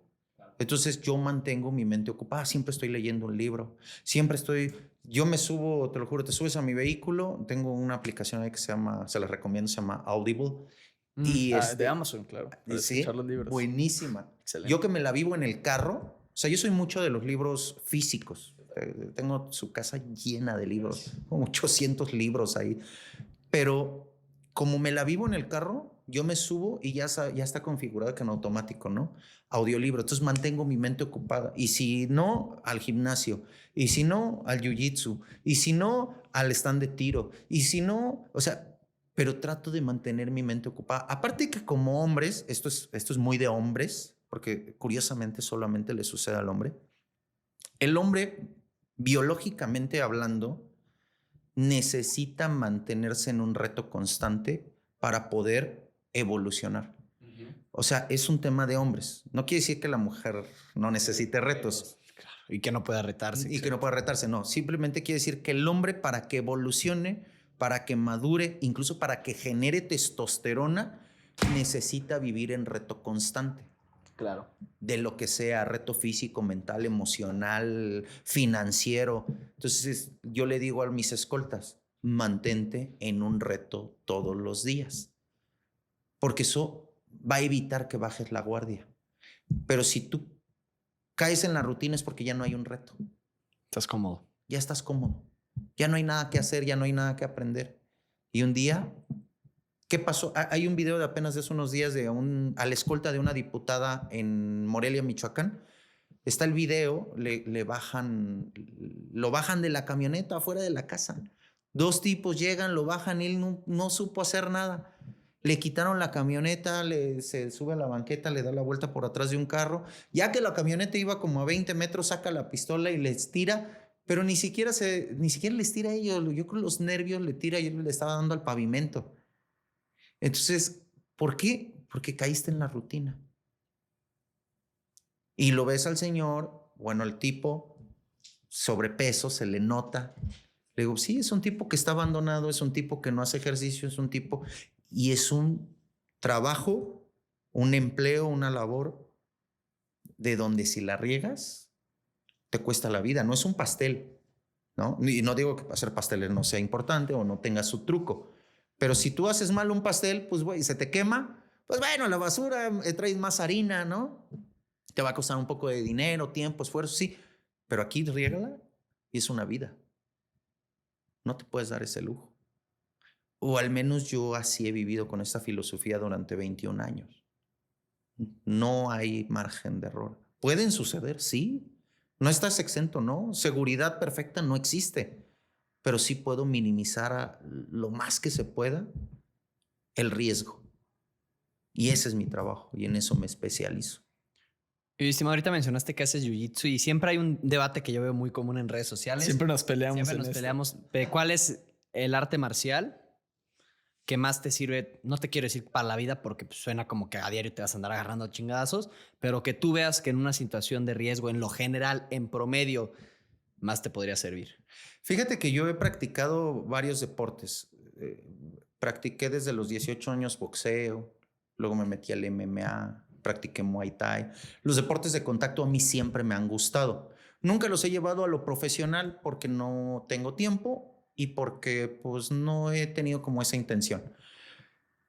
Y a mí me hablaban de jiu-jitsu y yo decía, jiu-jitsu. Y entre amigos que hacen deporte y decían, no, que el infierno de las artes marciales. Y, Simón, el día que hice jiu-jitsu, fíjate, yo hacía boxeo, MMA, Muay Thai, de toda mi vida. La primera vez que yo me metí a un tatami a hacer jiu-jitsu, me pusieron con un chavito de 16 años. Me sentí ofendido. Me puso la chinga de mi vida. O sea, no solamente maltrató mi cuerpo, maltrató Tu ego. mi ego.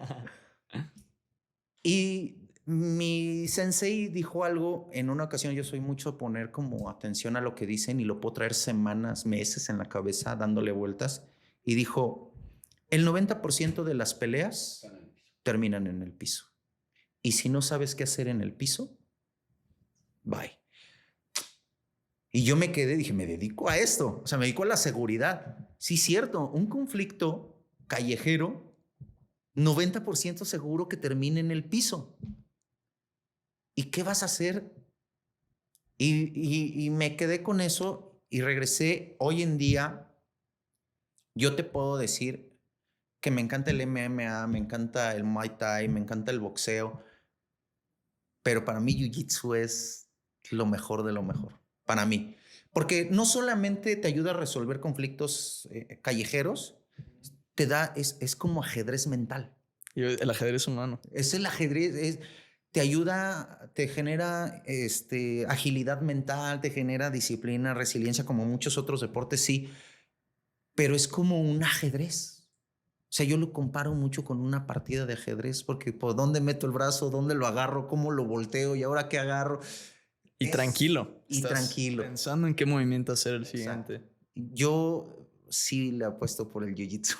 Interesante. Bueno, ahorita hay que nos dejen sus comentarios. Sí, esto va a generar debate porque, por ejemplo, hay como una contrapostura de que pues en la calle no quieres acabar en el piso, entonces tienes que hacer todo lo posible. Pero si ya llegaste ahí... Yo tengo amigos que hacen, por ejemplo, Krav Maga, que son buenísimos, y siempre ha sido ese, no, el Krav Maga, vente. Y los he llevado al dojo. Tu Krav Maga y mi Jiu-Jitsu. Solamente hay una manera de averiguarlo. O sea, olvídate de pretextos, opiniones. Vamos. Y sí termina así como... O sea, no quiero decir que el Krav Maga no funcione, pero simplemente quiero decir que en una aplicación real, Jiu-Jitsu te va a dar más opciones. Bueno, se acabó el debate. Se acabó el debate. A ver qué dice Yo la lo gente. cuestiono. Bueno, a menos que me suba a querer hacer jiu-jitsu con el Canelo o con Mayweather, ¿no? A lo mejor ahí sí mi jiu-jitsu puede ser que no me ayude de mucho. Pues ya que los agarres, quién sabe, va a estar interesante, ¿no? Eso de... Pues Antes, hasta es lo, Dana es lo que White me comparte gustaba lo que de las artes de la UFC antes, cuando apenas empezaba, que ahí sí llegaba un güey que era de puro karate contra el de puro, no sé, taekwondo. Cuando era vale todo, ¿no? Sí, cuando estaban los Gracie, o no me acuerdo cómo Sí, se llama. Renzo Gracie. Estos cuates de jiu-jitsu que acabaron con todos. Bastante bien. Oye, Estima, te quería preguntar, ¿cuál de estos dos libros que hiciste favor? Mira, aquí lo estamos enseñando ahora sí. ¿Cuál fue primero? Liderazgo como las fuerzas especiales. Este es el bestseller. Sí. Ok. Ya ese ha vendido cerca de 180,000 copias. ¿Y de qué va? Me lo voy a aventar, pero... Liderazgo como las fuerzas especiales nace de 4 renglones de un libro que leí de Napoleón Hill que se llama Piense y hágase rico. Y ahí decía Napoleón Hill en un párrafo muy pequeño, decía, si yo conociera a una persona que ha tenido todo para triunfar en la vida y que decidió no hacerlo, le invitaría a una taza de café y le diría, cuéntame tu historia. ¿Cómo le hiciste para fracasar en grande? Palabras más, palabras menos. Y me quedé pensando en eso, ¿no? Y dije, sí es cierto, ¿no? Porque hay muchas personas que nacieron con todas las oportunidades del mundo o que la vida las puso en la posición de poder hacer algo importante de su vida, pero decidieron no. Que dices, que son esa gente que dices, ¿cómo acabaste aquí si empezaste? Sí. Entonces, liderazgo como las fuerzas especiales son historias de la milicia que nunca existieron. Guiño, guiño. Son historias de la milicia de personas que yo conocí de primera mano, donde te cuentan historias, porque a los mexicanos nos gustan las historias. Y es una historia de la milicia, de una situación que viví, que pasó, y luego viene un fragmento cuando termina la historia que nosotros le pusimos ahí implementación e interpretación a la vida civil, donde yo te explico la problemática y cualquier médico, un estudiante, un empresario, un emprendedor, una persona de a pie, un obrero, un empleado, un dentista, la ley dice, esto sí me ha sucedido. ¿Y cómo puedes evitarla y cómo puedes solucionarla? Okay. Para que no te pase lo mismo que le pasó al otro que decidió fracasar. Ok, esa es la historia del primero. ¿Cómo fue escribir tu primer libro? Que es algo que... Digo, es que tu vida parece una película y lo digo en el mejor de los sentidos. Genuinamente, creo que si tu vida la transmitieran lo poco que la conozco en una sala de cine, estaría bastante interesante. ¿Cómo decidiste? ¿Cómo fue el proceso de escribir un libro? Yo desde hace muchos años escribía en redes sociales, pero pues lo hacía al azar. Pensamientos. Y la gente, pensamientos, y la gente me decía que era muy bueno escribiendo. Me decían, escribes muy bien, inspiras, motivas, llevas sobre todo al punto de reflexión, ¿no? Siempre mis escritos es obligarte a cuestionarte a ti mismo. Y en algún punto pues, la gente me empezaba a decir, amigos, conocidos, entonces, ¿por qué no escribes un libro? Y así como, pues, no manches, ¿no? Entonces es como un libro. Y pasó el tiempo y una vez alguien de la gente que no te quiere dijo, pues ya hiciste esto, ya hiciste lo otro, ya hace falta que escribas un libro. Y me quedé, dije, pues sí. Pues vamos a darle, ¿no?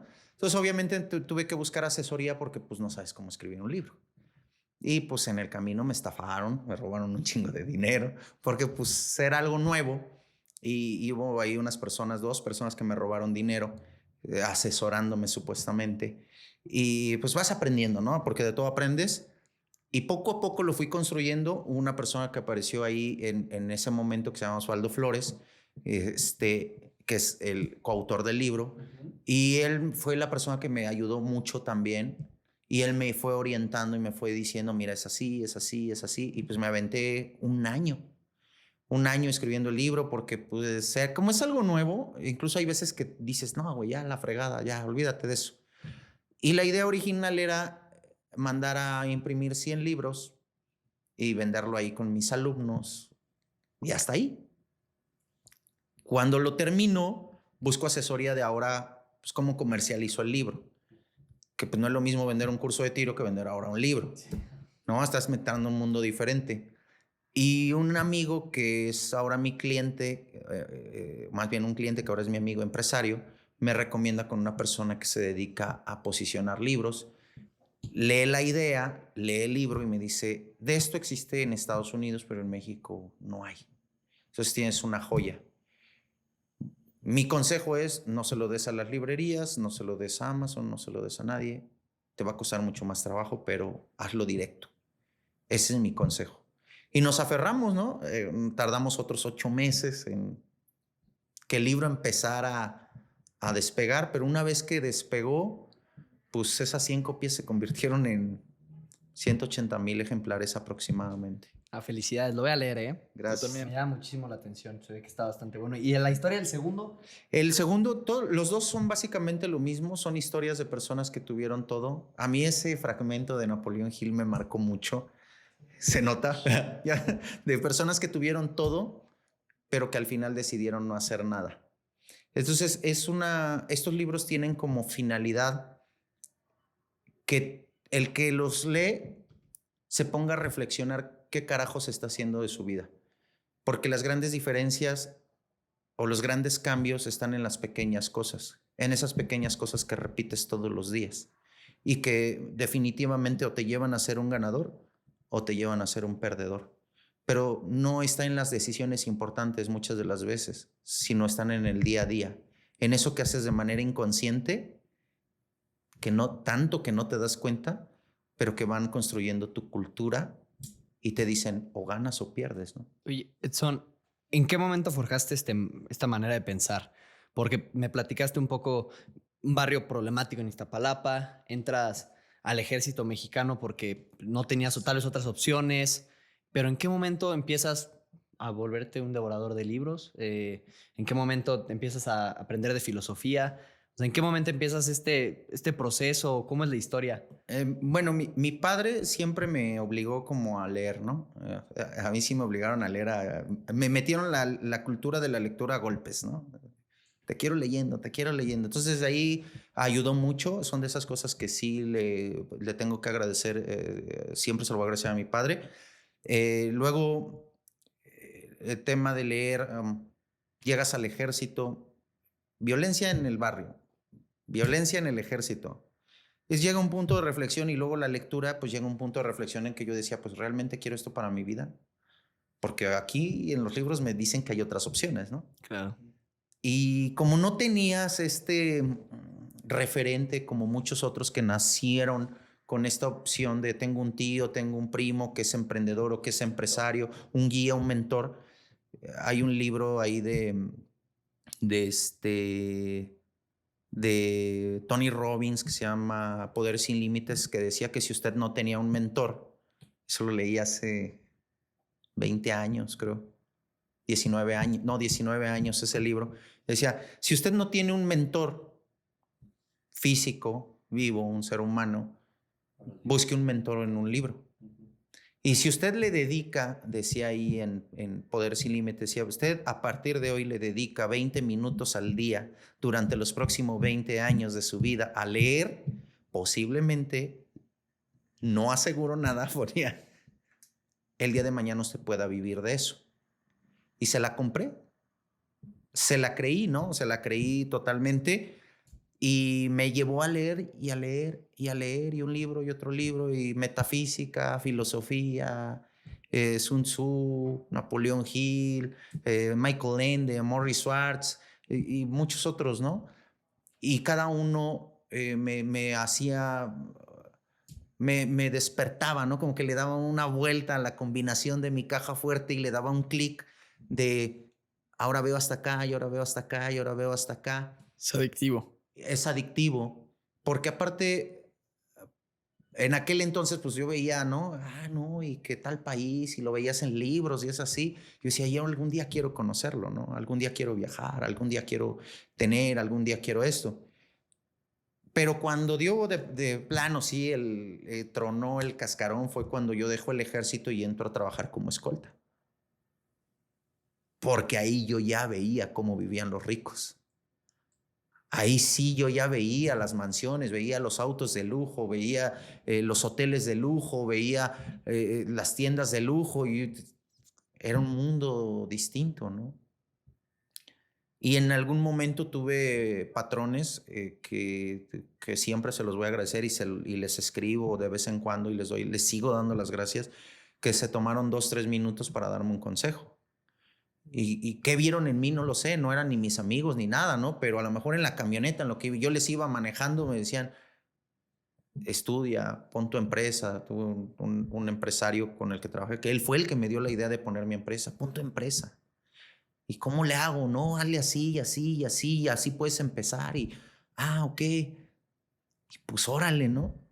Conocí a un empresario judío que me dio los mejores consejos sobre finanzas, ¿no? De toda la vida, ¿no? Sí, sí. Y poco a poco uno te lleva. ¿Puedes revelar alguno de esos consejos? Sí, fíjate que hay uno que a lo mejor está muy choteado, pero ese me lo dio el empresario judío, no voy a decir su nombre por respeto a él. Y decía, una vez yo le iba manejando y sacó un celular y me dijo, si yo te vendo este celular en 5,000 pesos, ¿es una oportunidad o no es una oportunidad?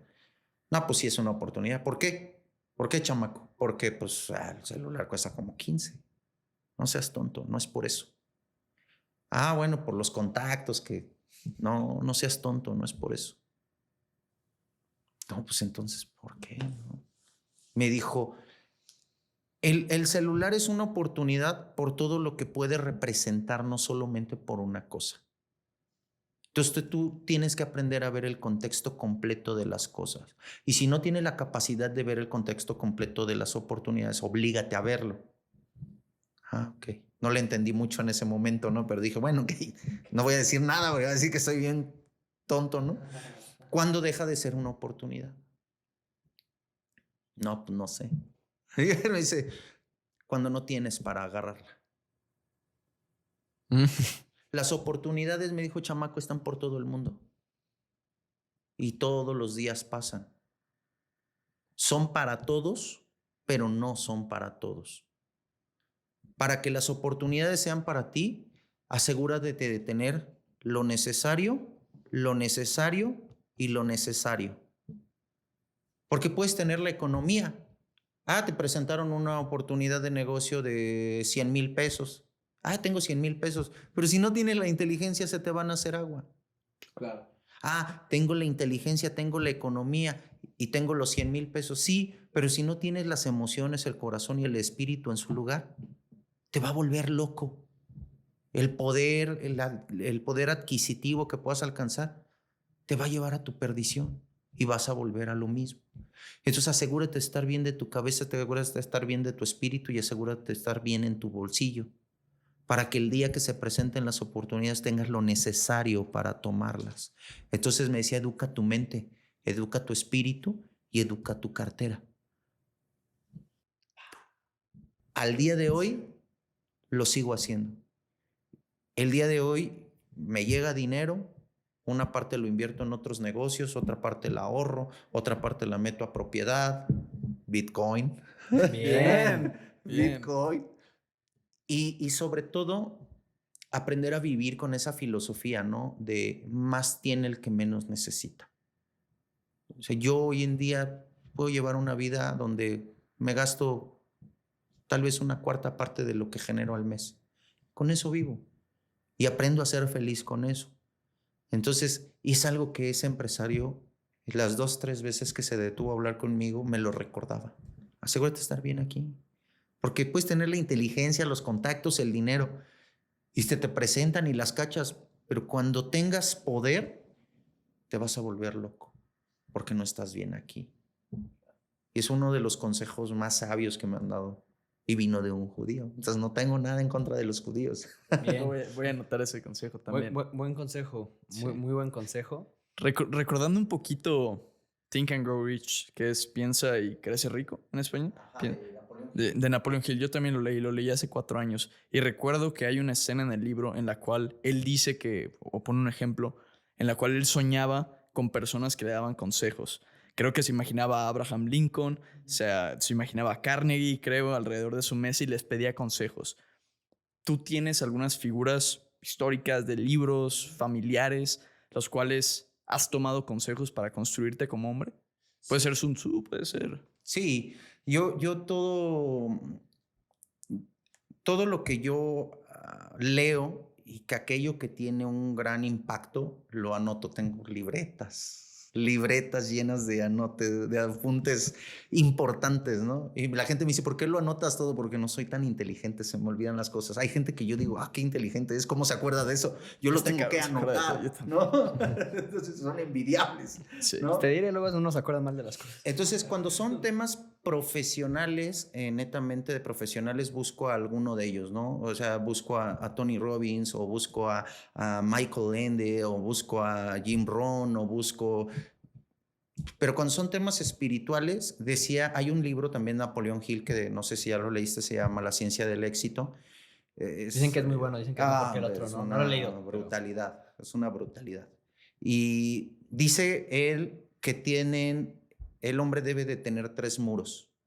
En el primer muro solamente pueden pasar mis alumnos, bueno, en mi caso, ¿no? En mi primer muro solamente pueden pasar mis alumnos, mis clientes, ¿sabes? Esas personas. Enseguida de eso hay un segundo muro, que ese segundo muro es más alto. Y en ese muro solamente pueden pasar mis familiares, mi esposa, mi hija, ¿sabes? Mi mamá, mis hermanos, esa gente que es más cercana, tu familia, esa gente, y que incluso no nada más de sangre, la gente que consideras familia por lo que representa en tu vida. Y enseguida de ese segundo muro está un tercer muro. Ese muro es impenetrable, nadie pasa. Y yo cuando lo leí dije, sí es cierto. Dice, porque es donde yo comulgo con Dios. Y yo tengo mi propia religión, yo pertenezco a una religión que es africana, que se llama Orisha Ifa. Entonces, cuando yo tengo temas familiares, personales, que no tienen que ver con negocios, me voy al tercer muro. Y ahí es a donde yo hablo con Dios, hablo con mis orishas, hablo con mis espíritus, hablo con estos seres de otra dimensión que para mí en lo personal ahí están, ahí existen y con ellos comulgo, que es donde te conectas, dice Napoleón Hill, con la conciencia infinita y donde tú puedes pedirle consejo al universo y el universo te va a responder. Si le haces las preguntas adecuadas, en la intensidad adecuada y con la frecuencia adecuada. Entonces, yo es algo que hago todos los días. En las mañanas y en las noches hablo con Dios, creador, hablo con esa conciencia suprema, hablo con mis espíritus, hablo con mis orishas y les pido consejo de cómo ser un mejor hombre, ¿no? Cómo no perderme en ese camino, ¿no? De tratar de tener más, ¿no? Es difícil. Porque el dinero es un afrodisíaco. Todo el mundo quiere dinero. Y aquel que diga que no es porque está mintiendo, ¿no? Porque es el deseo más obsceno del ser humano. Pero todos lo queremos. Claro. Pero también yo pido y agradezco al universo que mi vida ha ido mejorando, pero también al mismo me meto a ese tercer muro todos los días, en la mañana y en la noche, y digo, no me dejes perder la cabeza. Que este y como decía el licenciado, estén en equilibrio. Y, estimado, me surge una duda. En este periodo que has cambiado tu vida para bien, por lo que nos estás platicando, has mejorado tu situación económica, supongo también. Claro. Yo siento que luego cuando unas personas están viendo que en la vida vas mejorando, porque existe un dicho que todos te quieren ver bien, pero nadie te quiere ver mejor que ellos. Claro. Y es la realidad. No hubo personas que te tratan de jalar para abajo, personas cercanas a ti, hasta inclusive tu misma familia. No sé. Y si sí, ¿cómo afrontaste eso? Sí, siempre. Mira, cuando tú vienes de una cultura, ¿qué es la cultura, no? El conjunto de un todo. Cómo me visto, cómo hablo, que esto, que lo otro, que la religión, todo forma parte, todo construye una cultura. Claro. Y pues mi cultura era distinta. Entonces, cuando tú empiezas a cuestionarte y a cuestionar todo lo que te rodea, pues te empiezan a ver feo. Y me pasó con amigos de la infancia, y me pasó con la familia, y me pasó con el medio, ¿no? Los militares. O sea, el tema de los militares, muchos me aman por lo que soy, pero muchos más me odian por lo que soy.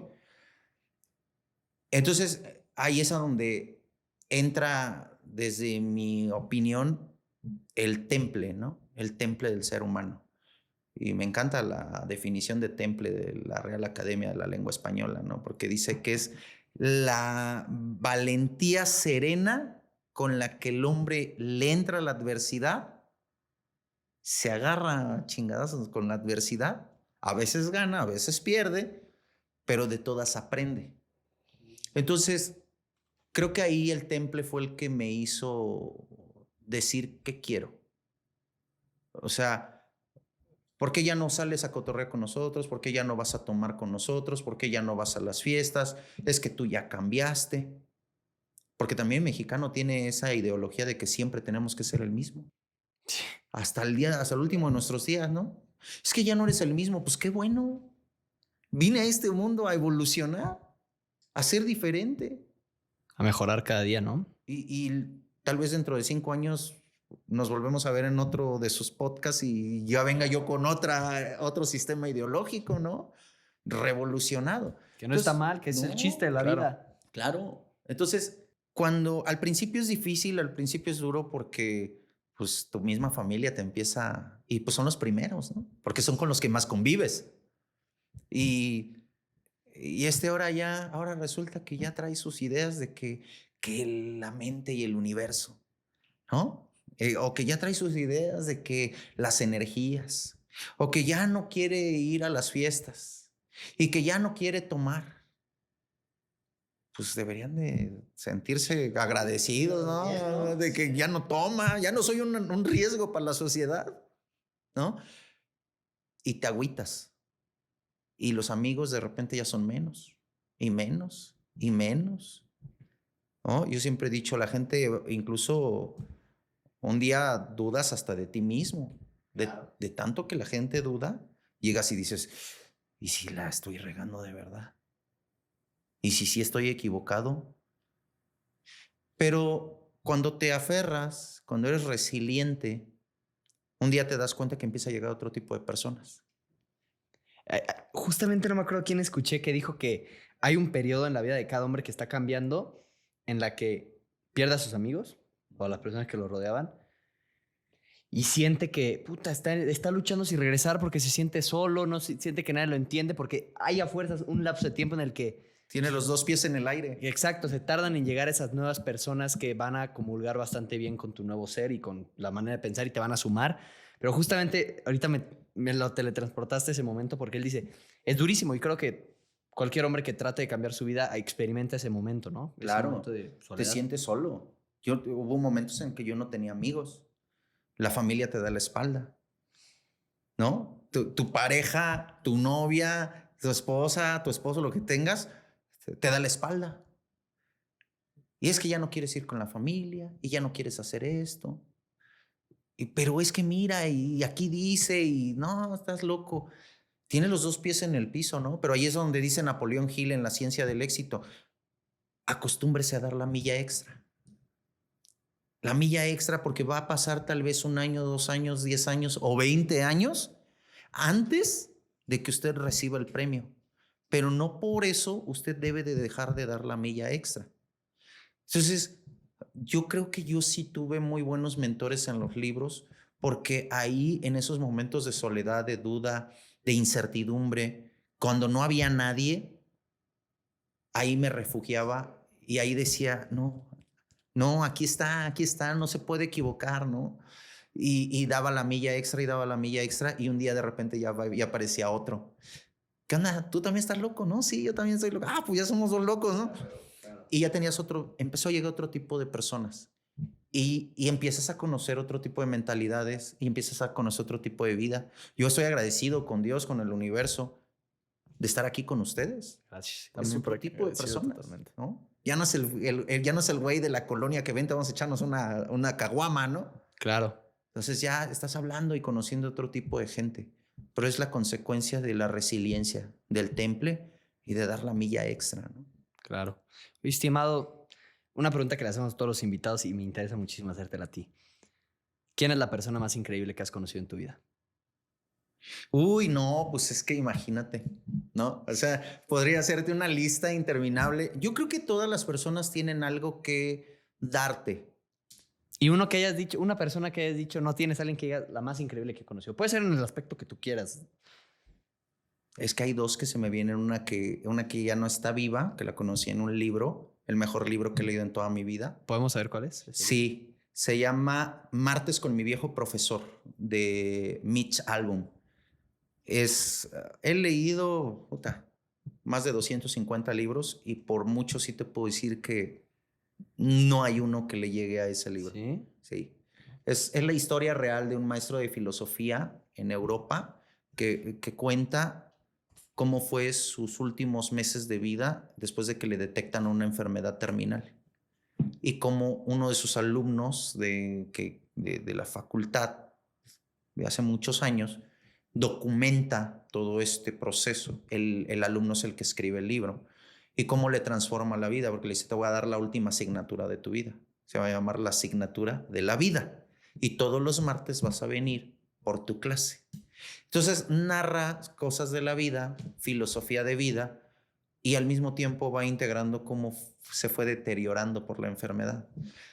Entonces, Morrie, si yo dijera una de las personas que más me han enseñado cosas en la vida fue Morrie Schwartz. Y la otra es una persona que está viva, que quiero mucho, y esa es mi suegra. Ok. Le digo, hasta para ser suegra es pésima, le digo, porque no puedo hablar mal de usted.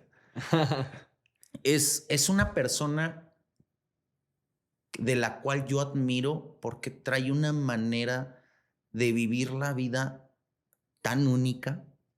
O sea, yo le digo, yo no puedo entender cómo usted no pueda odiar a alguien en algún momento de la vida, ¿no? O sea, no puedo decir, no, ahorita, ¿no? A lo mejor en una hora no, pero ahorita chingas a tu madre. No Claro. puede, ¿no?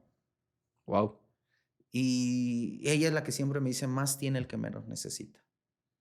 Y ella de repente se pierde y que dónde anda en África cuidando orangutanes y se fue de voluntaria y de repente ya se fue a no sé dónde, a otro país y se fue de voluntaria y siempre está viendo cómo darle algo al mundo sin pedir nada a cambio. Y yo la veo y yo digo, híjole, o sea, yo me considero a lo mejor a veces en ocasiones, o podría yo considerarme el hombre más egoísta del mundo al lado de usted, porque usted siempre tiene algo que darle al mundo y no espera nada y es feliz y la vida le da y dices, La abundancia. ¿qué pido? ¿No? Claro. Pero es una filosofía que ella lleva así, ¿no? Impecable. Impecable, es sorprendente.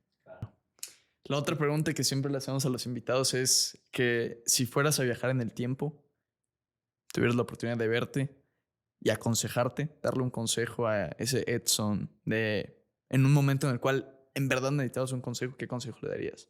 O un joven que tal vez necesite un consejo, ¿qué consejo le darías?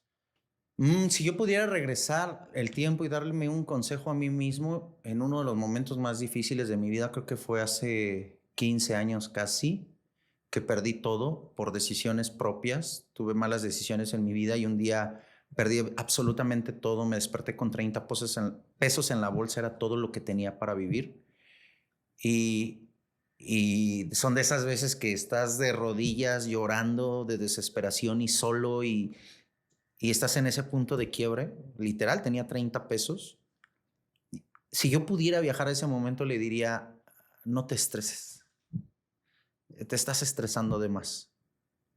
Mantén el enfoque, sigue estudiando, síguete aferrando porque el futuro es bueno. Y compra Bitcoin, güey, porque te dijeron que lo compraras y no cómpralo. ¿Sí te dijeron a...? Sí, no, hombre, en el 2010. Es que en el 2010 hubiera sido muy difícil, ¿no? Te voy a platicar porque creo que a todos nos sirve. Yo siempre he dicho, ¿puedo decir groserías? Claro, por supuesto. Sí. Atrás de un estúpido, aquí se comprueba la teoría de que atrás de un estúpido siempre hay otro estúpido que le sigue la corriente. Y te la voy a contar rápido. En 2010 iba yo en el transporte público, todavía no dejaba el ejército, iba con un compañero y así en el transporte me dice, no, que el Bitcoin y que no sé qué, y que la chingada y que vamos a comprar unos Bitcoins. ¿Qué es eso? Ya. Creo que él me habló de como 300 pesos de Bitcoin. O sea, me dijo, vamos a comprar 300 pesos de Bitcoin. Que en 2010 era un chingo de Bitcoin. Y me dijo, güey, 300 pesos. ¿Y sabes por qué no compré Bitcoin? Porque era eso o mis cervezas del fin de semana. Te lo juro. Y le dije, como obviamente el ser humano no quiere entrar en conflicto moral, se inventa algo, ¿no? Sí, que sí. tenga todo el sentido del mundo. Esa madre es estafa. Güey, ¿a qué estúpido se le ocurre que, güey, eso es negocio? Güey, compramos 300 pesos, güey. Si nos chingan, pues ya ni pedo. No, no, no, no. A mí nadie me lleva al baile. ¿Tú crees que yo soy pendejo? Me acuerdo bien. Ah, muy en el fondo, yo decía, es que esos 300 pesos son los de mis chelas del fin de semana. ¿Y tu colega compró? No. Pues, atrás de un estúpido Hay otro. estúpido que le sigue la corriente. Imagínate hubiéramos comprado Bitcoin. No, 300 pesos de esa época de Bitcoin era un chingazo de Bitcoin. Era un chingazo de dinero. Alrededor de $117,000 hoy. Cada 113. Bitcoin. Cada Sí, Bitcoin. cada Bitcoin. 113. Ya después lo corregí y dije, bueno, pero ya. Claro. Hoy en día me cae lana. Yo también tengo ese hábito. Bitcoin. Ya, Poquito, lo que se pueda, sin ver el precio. ya ChatGPT ya me hizo un programa de inversión en Bitcoin que se lo pedí, me lo va actualizando y ya yo ya sé que semana con semana Bitcoin. Y si por ejemplo, me toca esta semana, en el momento en el que yo veo más bajo, ¡pum! Ahí compro. Y es una inversión Dollar cost average. Supreme Dollar Cost. Sí, Average. sí. a 10, 15 años. Bien. Pero ya no me vuelve a pasar. Bien. No. Pero aprendiste, cabrón. Sí, entonces- Porque hay gente que se queda aferrada en el esa estafa. Yo llevo hablando de Bitcoin desde los $16,000. Bueno, de hecho lo conocí antes de que llegara a 16, pero está más caro. Ya ves que lo conocí en 40,000, compré. Dije, puta madre, 16,000, puta madre. Y seguí comprando y a todos les decía, esa es la oportunidad, es la oportunidad, es la oportunidad. La única que me hizo caso fue mi mamá. Y La ya, única, la y única. ahorita Ni le él, sigue. ¿eh? Ni él. No, ese entonces. pero ya le Ya, sigue. ahorita ya. Es que es el futuro. Claro. O sea, ese es el futuro. Digo, yo trato de diversificar ahorita mis inversiones, pero yo lo digo y lo aseguro, mi vejez es el Bitcoin y mi legado familiar es el Bitcoin. Bien. Fin de la historia. Entonces le diría, y compra Bitcoin. Buen consejo. Bien. Buen consejo. Pues, estimado, te agradecemos. No, hombre, al Genuinamente, contrario. creo que es de las mejores pláticas que Sí, tuve aquí totalmente. en el podcast. Y no pues digo, todas son buenas, pero genuinamente me la pasé genial. Te agradezco lo de tus libros. No, Los voy a hombre, leer. con mucho cariño. Espero que les gusten. Claro que sí, a la gente aquí abajo están los links de los libros. ¿Están en Amazon o en dónde están? No le dimos derechos a nadie. ¿En dónde están? Todo el que quiera mis libros, te dejo el número, igual lo puedo poner, o el link de mis redes, y ahí lo pueden pedir. ponemos el link. Entonces los manda directamente un WhatsApp, hacen el pedido y ya tenemos gente que está todo el tiempo a donde sea. Hemos mandado libros a Estados Unidos, Canadá, España, Italia. Ah, ya tienes el Chile. envío mundial. Sí. Bien. Sí. Bien, pues, estimado, la verdad eres un tipazo. Gracias. Creo que eres una historia de éxito y de superación personal. Tú solo sabes lo que te costó y creo que con lo que nos platicas la gente se puede dar cuenta que no es fácil, pero no que se imposible. puede. Exactamente. Sí se puede. Estimado, pues te agradezco. Sí. Edson y Bucalo, les agradezco a los dos porque sé que son dos personas diferentes. Sin duda, uno de mis podcasts favoritos que he hecho en toda mi vida. Me llevo muchas cosas que aprender, me llevo muchas notas que tomar y me gustaría una última cosa. Para la gente que está en la industria de la seguridad, militares, soldados, policías, que probablemente su trabajo no los motive, no encuentren... Porque ahorita hay mucha corrupción dentro de la policía, dentro de todo este sistema de seguridad. Es triste, pero es la realidad. Que algo para que se inspiren, algo para que tomen motivación. Yo siempre les digo a todos lo mismo, porque vivimos en un gremio o nosotros nos desenvolvemos dentro de un gremio complicado, lleno de corrupción, lleno de el policía que llega y se queja porque su comandante de sector les exige una cuota, el escolta que su patrón es un hijo de la fregada y no les da descansos y cosas por el estilo. Entonces, yo siempre les digo, no lo hagas por la institución. Antes de la institución, antes del patrón, incluso antes de tu propia familia, antes de tus hijos estás tú. Hazlo por ti. O sea, pregúntate a ti hasta dónde puedo llegar. O sea, ¿cuál es mi tope? Yo eso es lo que todo el tiempo me estoy Desafiando. desafiando. O sea, acabamos de regresar ahorita de Jalisco, un proyecto de casi 11 meses y fueron 11 meses y me levanté, regresamos, te digo, el martes y el miércoles a la mañana me levanté, me vi en el espejo y dije, ¿qué sigue? Bien. Escribí mi primer libro y dije, ¿qué sigue? Un segundo libro. Escribí el segundo libro, en diciembre saco mi tercer libro. ¿Qué sigue? Hice mi primer proyecto de cine. ¿Qué sigue? Hice mi primera inversión en otro tipo de negocios. ¿Qué sigue? Metí mi primer peso al Bitcoin. Sí. ¿Qué sigue? Entonces, yo creo que tal vez no vivas de la motivación. Vive del hambre de cambiar tu historia.